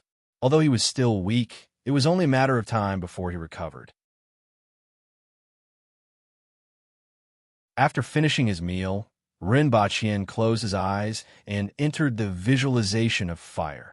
He saw a long spear covered in golden veins and a silver-white metal chain leaning against each other on a river of lava. It was as if they were living together, soaking their feet. The spear trembled a few times when Rinpochian came in and ignored him. The metal chain didn't care about him at all. It stuck one end into the lava, trembled, and pulled it back. After a long time, it stuck in again. Rinpochian, who had already experienced it once, wasn't too surprised. He just felt a toothache looking at these two fellows. The iron chain and the long spear had both settled down in his sea of consciousness. Would he have to gather 18 types of weapons in the future? When he reached the spirit wheel level and subdued them, he would be able to show off the 18 types of weapons in a fight. Even if he couldn't beat his opponent, he could still intimidate them with 18 heaven-grade weapons.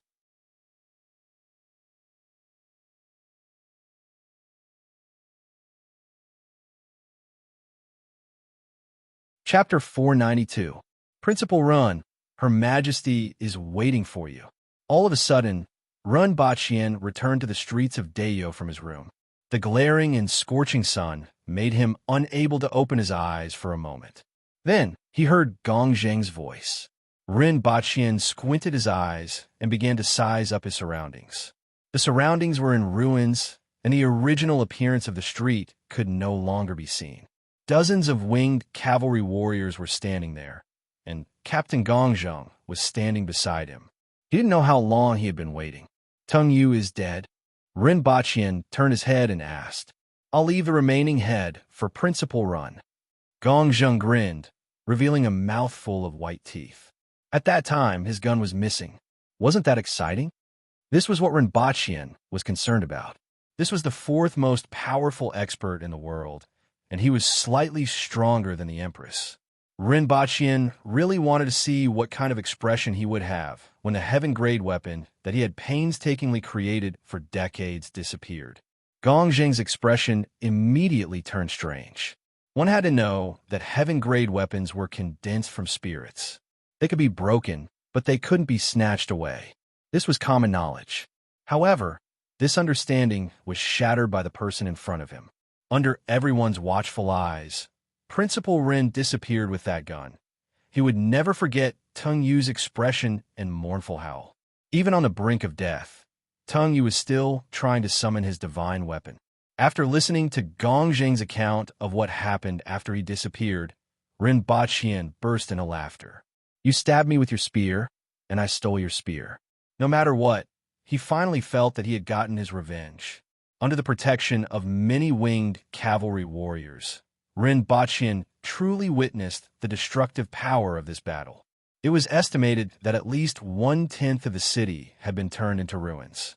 Broken walls and debris could be seen everywhere along the street.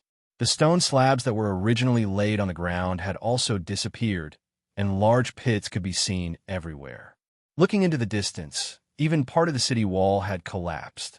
Tung Yu wanted to escape, but unfortunately, he did not succeed. If it was the max level of 10, he had put 10 points into his spear skill points and 5 points into his boxing skill points. Without the divine weapon, the final result could be seen. As for the 2 bamboo spears in Wu City, ordinary weapons simply couldn't withstand the strength of a spirit wheel expert.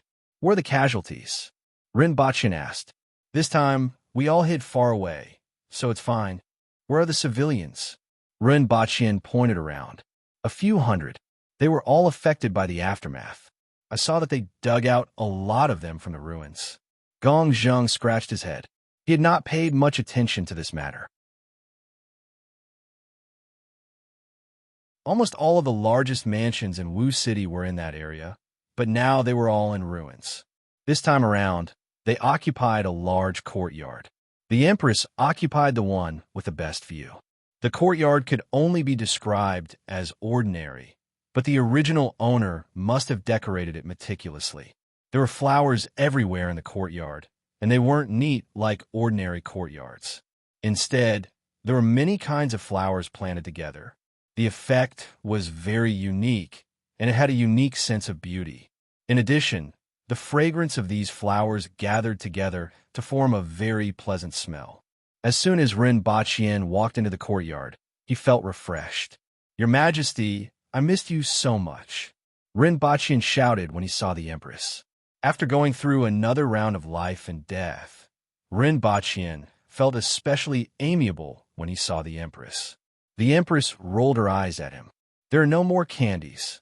Rin Bachien, Your Majesty, I almost died. Can't we be a little more gentle? Rin Bachien sighed.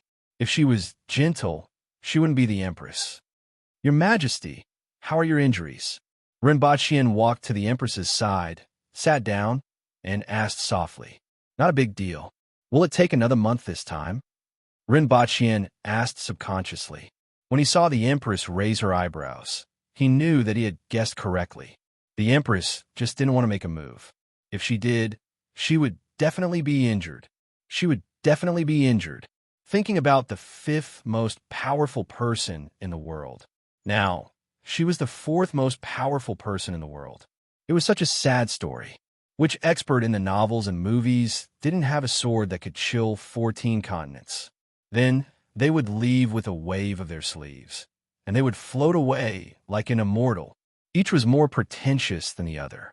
For example, Lu Xiaofeng and Shimin Shueishue, who would be seriously injured every time they made a move. In any case, they would be seriously injured if they won and seriously injured if they lost. Oh, they hadn't lost yet. However, they would still be seriously injured every time. Do you have a problem with that? The Empress saw Run Baqian's strange expression and looked at him with a murderous look. She squinted her beautiful eyes. Your Majesty, you are wise and virtuous. You will unify the world for thousands of generations. Ren Baqian exclaimed. The Empress then ignored him. Your Majesty, do you like this courtyard? I think the garden outside is quite unique. Ren Baqian changed the topic. Not bad. It's a bit rustic. The Empress said faintly. The palace happens to lack a gardener. Why don't we get someone to send him and his family to the palace to take care of the garden for your Majesty? That's exactly what I want. The Empress nodded. Also, I saw a good carpenter previously and can get someone to send him back to the palace. Tianjing Basin still has some talents. The people in the palace are all clumsy and can't do such meticulous work. The Empress deeply agreed with Ren Baqian's words. It was indeed difficult for her people to do such meticulous work. Ren Baqian chatted with the Empress for a while. After lunch, he said, I'm going to see how the little monk, Qingyun's sword, and the others are doing. Go. The Empress waved her hand. Ren Baqian walked to the door before turning his head and saying, Your Majesty, if something like this happens again, avenge me. Thump. The Empress's wine pot smashed directly on his head. Ren Baqian was drenched and reeked of sorghum wine. Then another cup. Then a table. Ren Baqian quickly ran away with his head full of sorghum wine. He sighed in his heart. It was rare for him to be so heroic, but the Empress didn't even give him a chance to perform. Sigh, such is life. Ren Baqian sighed. However, the Empress's performance made him feel happy from the bottom of his heart. Where's Teng Yu's body? Ren Baqian ran out of the courtyard and asked the guards. It's hanging on top of the city wall. Upon hearing this, Ren Baqian hurriedly got someone to bring a fork-horn cow and ride it to the top of the city wall. He saw a head hanging high above the city wall. The connection between the head and the body was uneven, and it looked like it had been broken off by someone. As for the head, it had long been beaten to the point that it was unrecognizable. Is there nothing else? Ren Baqian asked. There's something else. Her Majesty has already soaked it in ash and is preparing to display it for a period of time before bringing it back to Lan City and burying it in the square in front of the palace. Bring me there.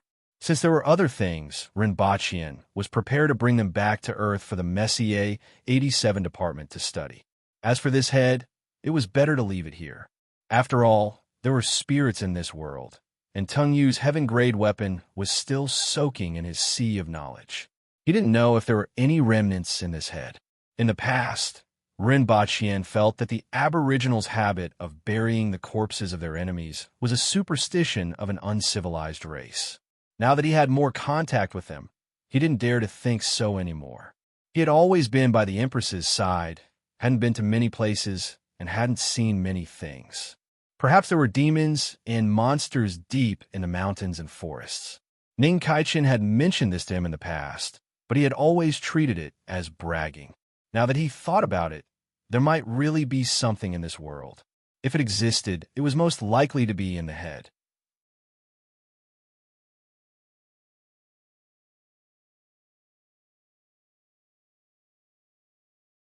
Chapter 493. How had you been these few days? Ren Baqian felt a sense of closeness to the little monk in front of him. After all, he had brought the little monk from Earth. It could be said that the little monk was his only fellow countryman in this world, and he was still such a young child. Even Ren Baqian couldn't help but pay some attention to him. Upon hearing Ren Baqian's words, The little monk was on the verge of crying. He stuttered, "This place is so scary. The people here are so scary." The fiercest person he had seen in the temple was the president of the commandment yard, who always had a straight face. But compared to the people here, he was really kind. If he had to choose, he would rather face the president of the commandment yard every day. Not only were the people here twice as strong as ordinary people, but they also looked fierce. Many of them had scars on their faces and bodies. Even if they smiled at you, you would still be afraid. Not to mention, there was an earth-shattering battle that razed a large area of houses to the ground. All of this caused the little monk to live in fear for the past 2 days. "Fake, it's all fake," Rinpoche immediately said. "Your negative karma is too heavy, so everything you see is scary. This place is like a Jura hell. In fact, this is because your negative karma has obscured your vision. Everything you see is fake. The people here are actually kind and benevolent, but you've been deceived." After saying that, Rinpoche gave himself a thumbs up. He really had the root of wisdom. He had such attainments just by reading Buddhist scriptures. This level of talent was probably unmatched by others. But they demolished the houses. They are preparing to demolish this place and rebuild it. "You lied to me." The little monk burst into tears. "I saw a human head. It was so scary." Those were extremely vicious people who had to resort to thunderous means. Even Buddhism has a glaring vajra, let alone the secular world. There are many extremely vicious people here. So your master asked you to follow me to pass down the teachings of Buddhism and enlighten those who haven't committed any serious crimes. "Is that so?" the little monk asked while sobbing. "Will your master push you into the fire pit?" The little monk thought for a moment, then burst into tears again. "Master must have found out that I stole his tea, tore his underwear, peed on his bed, roasted the rabbit in the mountain, stewed the fish in the lotus pond, killed so many mosquitoes, knocked over the everlasting lamp in front of the Buddha, ate the fruits on the tree, and even told Lingguor that I would renounce asceticism and marry her when I grow up." Pooh! Rinpoche almost spat out the tea in his mouth. He looked at the pitiful little monk and thought to himself, "You deserve to die. If I were your master, you would have been dead by now. Basically, you've done everything a monk shouldn't do."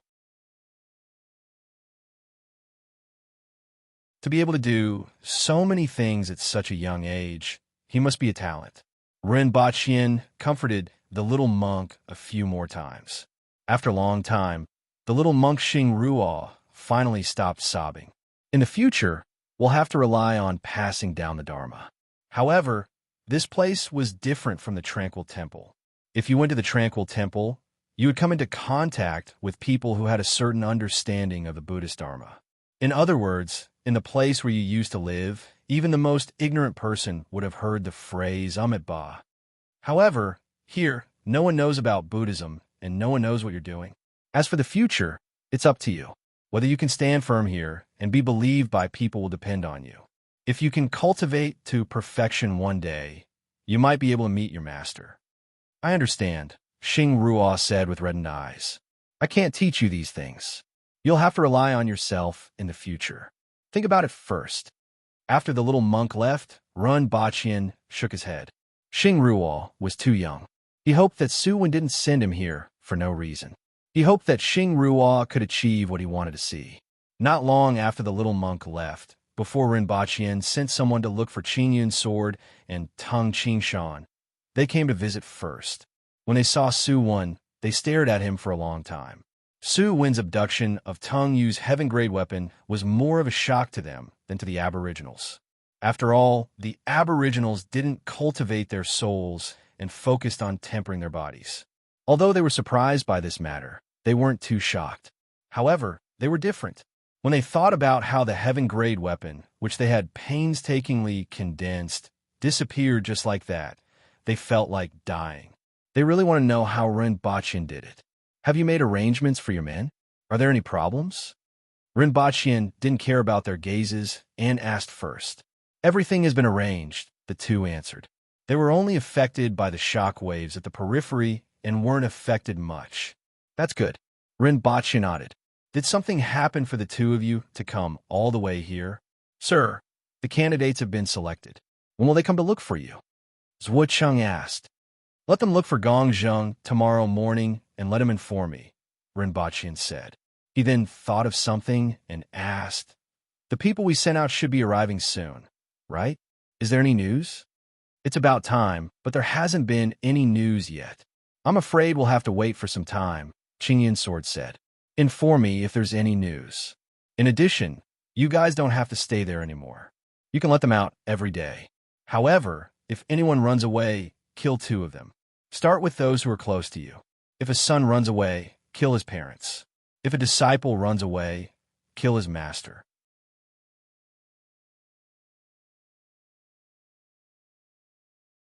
If there's no one close to you, draw lots. Whoever gets caught will be unlucky. I'm giving you preferential treatment because I'm kind and giving you a chance. I hope you remember not to make mistakes and ruin your own path. If there's anyone who doesn't know their place, it's best to settle it yourself so that others won't be implicated, Ren Baqian said faintly. The 2 of them tensed up when they heard Ren Baqian's words. Although this person in front of them wasn't very powerful, his mind was like that of an evil spirit. If everyone had been imprisoned there, nothing would have happened. However, Ren Baqian allowed everyone to move freely in the city. This meant that he wanted them to personally deal with those who didn't know their place. There was also the news that he had previously sent to the south. Ever since Qingyun's sword and the others surrendered, they had been forced to slide down the abyss step by Ren Baqian and were unable to escape. This person's mind was as vicious as that of an evil spirit. They really didn't know how much hatred there would be in Tianjing Basin in the future and how much trust there would be left. You may leave. Ren Baqian waved his hand. After the 2 of them left, he went to look for the Empress. He accompanied the Empress to look at the flowers in the courtyard and casually told her about this matter. Oh, the Empress replied absent-mindedly. These kinds of conspiracies and tricks weren't her cup of tea. She preferred to be straightforward. Your Majesty, shall I read your palm? Ren Baqian saw that she wasn't interested and didn't mention it again. He reached out and grabbed one of the Empress's fingers. You used this trick last time. The Empress rolled her eyes. Can't you show some sincerity? In that case, let's read your palm this time. Ren Baqian immediately scrutinized the Empress's face. Recently, I've been practicing Buddhism and have benefited a lot.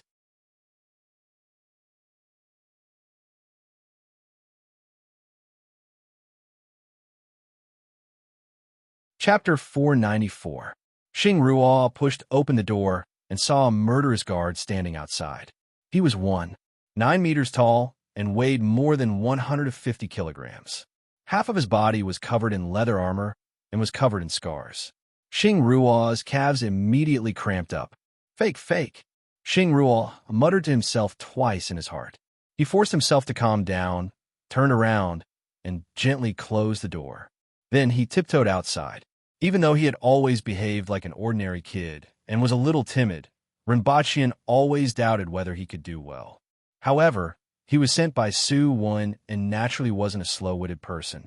After thinking for 2 days in his room, he figured it out and was ready to take the first step out of this residence to take a look. That guard turned his head to look at him. The way he looked at him, as if he was examining his prey, immediately made Xing Ruo shiver. He quickly lowered his head and hurriedly walked out. It's fake, it's fake, it's fake. They're all kind-looking good people. It's all because of negative karma. Xing Ruo kept muttering in his heart. Then he bumped into the person who was entering the courtyard and was knocked over. Well, kid, watch where you walk. Gong Zheng was the one who bumped into him. He knew that this little baldy was related to Ren Baqian, so he lowered his head to pick him up and put him on the ground. This process was no different from picking up a doll. Where are you going? Gong Zheng stood there like a wall, blocking even the sunlight and casting a shadow over Xing Ruo. Coupled with his sinister smile, Xing Ruo pouted and looked like he was about to cry. Fake, it's all fake. Xing Ruo shouted with his eyes closed. What's fake? Gong Zheng scratched his head. Was this little baldy a fool? Xing Ruo opened his eyes and trembled as he said, You are a good person. Of course. Whoever dares to say that I'm not a good person, I will tear him apart, pull out his intestines, wrap them around his neck, and strangle him to death. Finally, I will chop him into meat paste and feed him to the babe beast." Gong Zheng sneered. Xing Ruo was frightened by Gong Zheng's ferocity and almost turned around to run back to his room. But thinking that he could only rely on himself now, Xing Ruo suppressed his fear and stood there trembling. "It's fake. Actually, you're kind and benevolent. It's just that the negative karma has covered my eyes."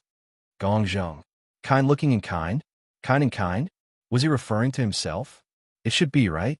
That seemed to be the case. "Amibai, I want to go out," Xing Ruosui said with a trembling voice. "Oh, be careful." Gong Zheng scratched his head. Hearing this ferocious-looking man in front of him tell him to be careful, Xing Ruo instantly felt that it was just as the Arhut had said. The ferociousness was all fake. It was all just a facade. Xing Ruo put his palms together in front of Gong Zheng. Then, he carefully moved a few steps to the side before quickly walking out the door. Gong Zheng turned his head and looked at the back of the fleeing figure, then said to the guards in the courtyard, "Did you hear that? He said that I'm kind and benevolent, and that children don't lie. It must be true." The guard pursed his lips. "Don't you know what kind of person you are? You don't think so?" When Gong Zheng saw him curling his lips, he immediately flew into a rage. He raised his fist, which was as big as a clay pot, and sent the guard flying. After leaving the courtyard, Xing Ruo felt a lot bolder. When a group of winged cavalry walked toward him, he immediately stood to the side and thought to himself, "It's fake." He put his palms together and said, "Amit Ba." Then he saw two guards standing to the side. He thought to himself, "It's fake." He put his palms together and said, "Amit Ba." However, he was surrounded by winged cavalry warriors and people from the Protectorate of the South. When Xing Ruo encountered people for the third time, he stood to the side and said, "It's fake. Amit Ba. It's fake. Amit Ba." Xing Ruo stood on the side of the street and looked at the Aboriginal soldiers passing by. "It's fake. Amit Ba." Xing Ruo realized that these people weren't as scary as they looked. Just as the Arhut had said, he became a little bolder. The group of winged cavalry warriors and guard were baffled. What fake Amit Ba? Could it be a local dialect? Was it actually a greeting? It took the little monk an hour to walk out of the street. He was finally able to occasionally see ordinary people, which made him feel a lot more at ease. Along the way, he looked at the quaint buildings on both sides of the street and the ordinary pedestrians. Whenever he met someone, he would say, "Amit Ba." After strolling until noon, Xing Ruo felt a little hungry. He found a roadside shop, put his palms together, and said, "Amit Ba. Benefactor, can you give me a bowl of water and a bowl of rice?" The shopkeeper's face immediately turned black when he heard this. "If a little beggar like you asks for a cup of water and some food, I'll give it to you. You actually want rice? Those things are shipped from Great Xia, and even I can't afford them. No, get lost." The little monk wasn't discouraged after being chased out and continued to beg for alms at the next shop. Get lost. The second shopkeeper's reaction was exactly the same as the first one. "Amit Ba. Benefactor, can you give me a bowl of water and a bun? Pancakes are fine too." The little monk lowered his request at the third shop. "No, leave quickly. If you don't leave, I'll beat you up." The shopkeeper immediately picked up his broom after hearing this. Arhut is right. The people here don't respect Buddha, don't know true kindness, and don't have a merciful heart. Those who look like fiends are actually kind and charitable. They look easy to talk to, but are actually very vicious, Xing Ruo thought to himself. Finally, a few winged cavalry warriors who had seen him before passed by. Seeing that he was hungry, they threw him a piece of jerky and a pot of water, which made him feel very grateful. He was even more certain of his thoughts. "Fake Amit Ba. Principal, run. Our brothers who went to the north will be back in the city in 2 hours. I heard that they brought back a lot of people. How should we settle them?" A guard entered the room and asked Rinpochian, "What do you mean fake Amit Ba?" Rinpochian was confused. It's the dialect of the southern natives of Tianjin Basin, and it means to say hello, the guard explained seriously. Recently, it seemed to be quite popular to say this. In any case, he saw a few guards who came in from outside greet him this way. Oh, Rinpochian was a little suspicious, but he didn't think too much about it and called for the guards to leave the city. At this moment, besides the original Aboriginal guards, there were 6 other people following behind Rinpochian. 4 of them were in their 30s or 40s, and they were all from the Lingshan sect. 2 of them used swords, 1 used a spear, and the last used a pair of steel sabers. The other 2 were slightly older and were from Qingyun's sword. 1 looked like an old farmer and used a fork as a weapon. The other had white hair and beard, but he had a sturdy build and was only slightly weaker than the Aboriginals. He used a long saber. All 6 of them were earthwheel experts and weren't considered weak. In the past, they were all experts, but now they had become Rinpochian's guards. However, seeing that the weakest among the winged cavalry was at the earthwheel level, they didn't feel that it was unfair.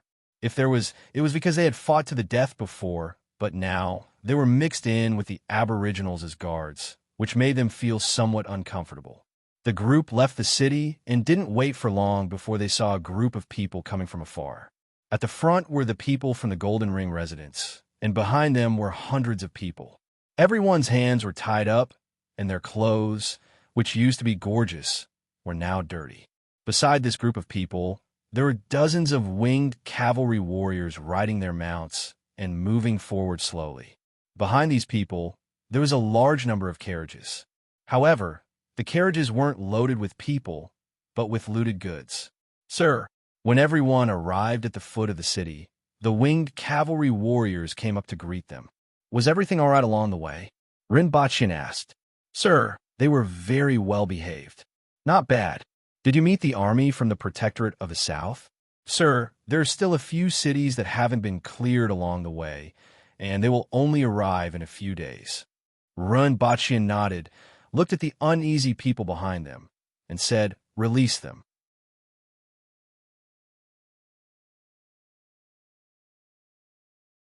He then raised his voice and said, You aren't here as prisoners, but as a sign of friendly coexistence between the people of Tianjin Basin and the Aboriginals.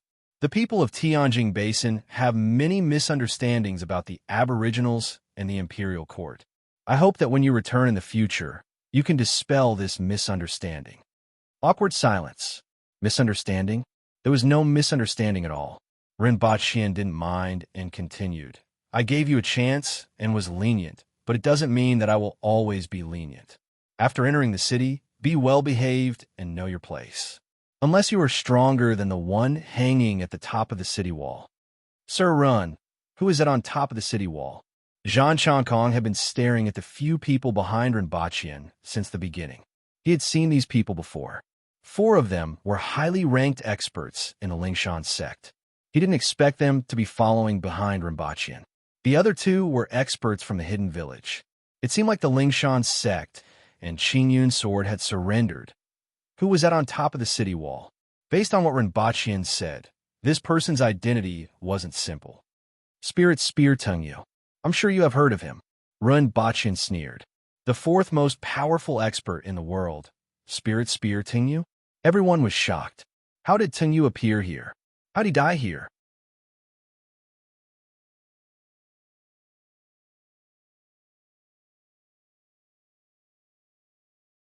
Chapter 495.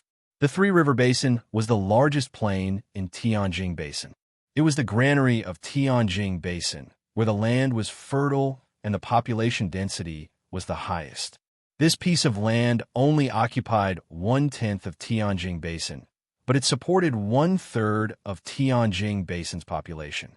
There were a total of 7 cities in this area that dotted the plain like 7 pearls. These 7 pearls were controlled by the 3 major factions. Recently, the 3 major factions had mobilized their troops to this area, causing the people in the Three River Basin to be in a state of panic. They didn't know if there was going to be a war again. A few days later, the news gradually spread, and the people in the Three River Basin knew that there was indeed going to be a war. However, it wasn't between the 3 major factions, but against the Aboriginals. The south of the city is recruiting soldiers. I heard that the salary is quite high, and they can get 2 taels of silver a month.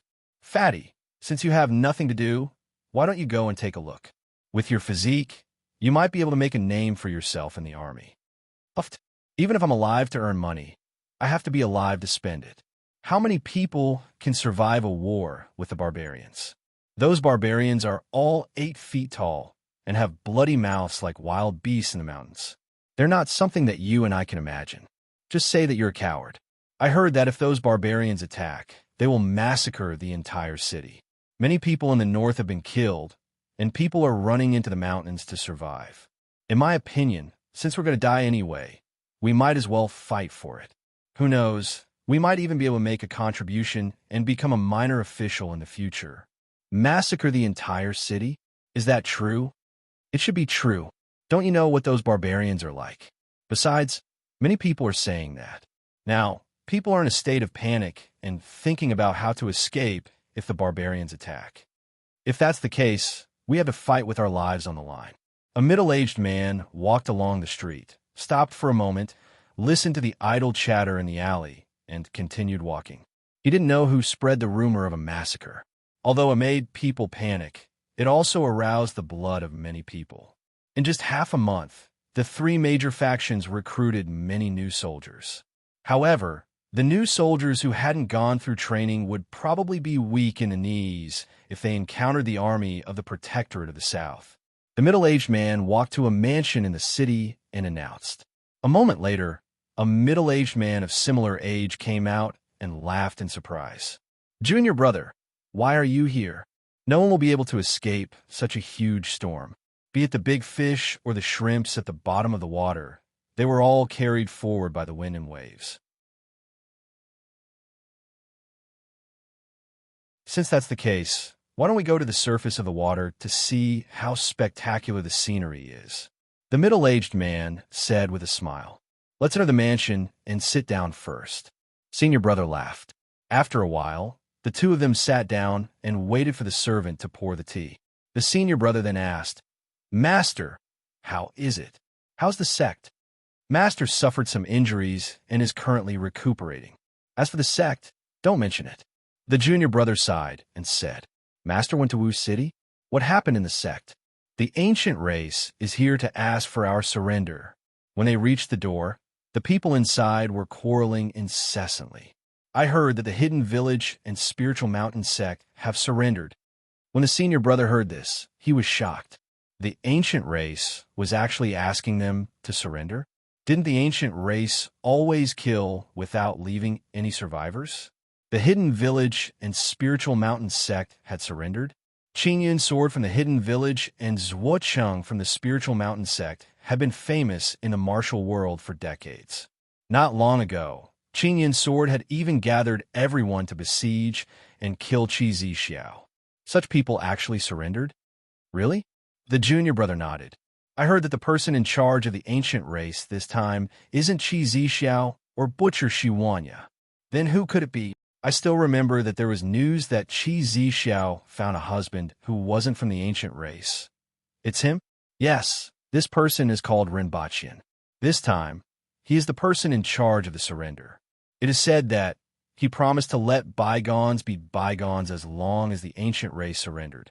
He also promised that the people of Tianjing Basin could go out and live together with the aboriginals in the future." When the senior brother heard this, his expression changed drastically. If this was said, many people would be tempted. "What else do you know, Junior?" This time, it was the people from the Hidden Village and the Lingshan sect who came to the sect. As a result, the sect has been quarreling incessantly for the past few days. Many people think that since Qi Zixiao and the winged cavalry have arrived in Wu City, the 3 major forces are no match for them no matter what.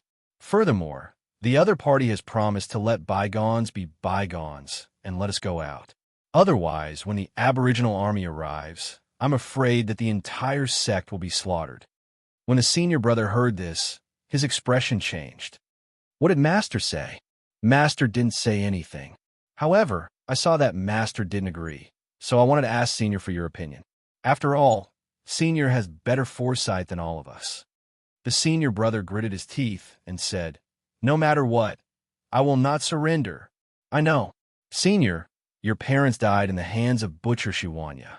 The hatred of killing your parents is absolutely irreconcilable.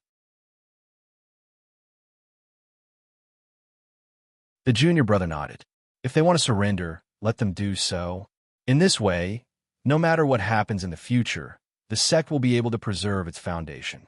Since the sect is quarreling, it must be because the other party has conditions for surrendering. Is it because the disciples are not allowed to join the revolutionary army formed by the three major forces? The senior brother raised his head and asked. Senior is right. The junior brother smiled and nodded. Can't they remove our names from the sect? The senior brother asked again. This is what the sect is arguing about. The junior brother sighed slightly. What is there to consider about this? Expel those of us who want to fight from the sect, and the rest of us can just surrender to the north. If the revolutionary army wins, with us around, the sect won't be affected, and we can be recruited in the future. If the aboriginals win, then the sect will be able to preserve its foundation. The senior brother said disapprovingly. Senior, do you think we have a chance of winning? The junior brother asked. Even if the odds are slim, I'm willing to fight with my life on the line. The senior brother then cupped his hands and said, Junior, this is a serious matter. I'll go and see the governor first. I'll talk to you when I'm back. Senior, please wait. Is there anything else, Junior? Master has always been concerned about you, so he asked me to bring something for you to protect yourself, the junior brother said. Thank you for worrying about me, my unfilial disciple. The senior brother felt warmth in his heart when he heard this. He watched as the junior brother untied a cylinder from his waist. This was left behind by Master. It said that it was obtained from Baiji Pavilion in Great Xia. It can shoot out 3 rounds of bone-piercing nails. If you're in danger, you can press it here. Following the junior brother's action, the cylinder inadvertently faced the senior brother, and 3 bone-piercing nails suddenly shot out from the cylinder. Junior, before the senior brother could react, he was hit by 3 bone-piercing nails, and blood spurted out from his chest like a fountain. Senior, Rinpochian is more vicious than you think. There are 3 earth wheel experts in the sect. As long as one of them joins the revolutionary army, their whole family will be executed. If there are 6-man wheel experts, as long as 2 of them join, their whole family will be executed. Although there aren't many people in our sect, many of them have entered the army over the years. Unless all of you are killed, the foundation of the sect will not be able to be preserved. The junior brother sighed with a pained look on his face. Did Master send you? The senior brother asked weakly as he lay on the ground with blood dripping from his mouth.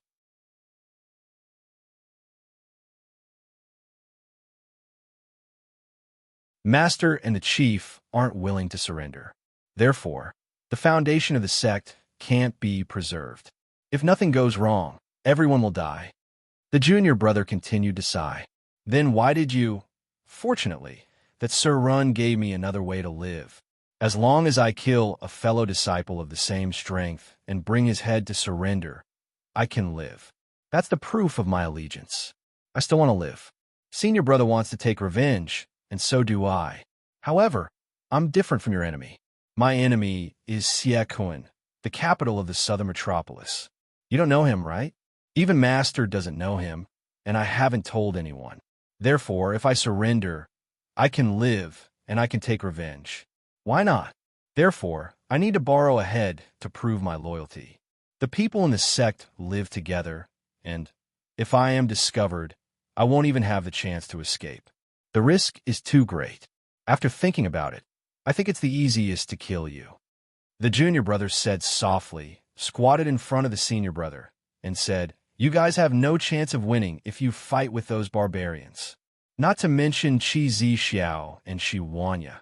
How can the 1,500 Earth Wheel experts of the winged cavalry resist? Senior, you're going to die anyway. Why don't you help me? In the future, there will be someone to visit your grave during festivals. Phew! The senior brother lay on the ground, panting and spitting out blood. The bone-piercing nails had pierced his lungs, making him unable to speak, and his eyes gradually lost their luster. You're tuning into the Romance Rendezvous YouTube channel. We're so grateful for your support, And don't forget to subscribe to join us on this incredible journey through captivating stories. Your generosity through donations truly makes a world of difference, as it's the primary source of revenue that allows me to expand and enhance this channel for you. Thank you from the bottom of my heart for being a part of this adventure.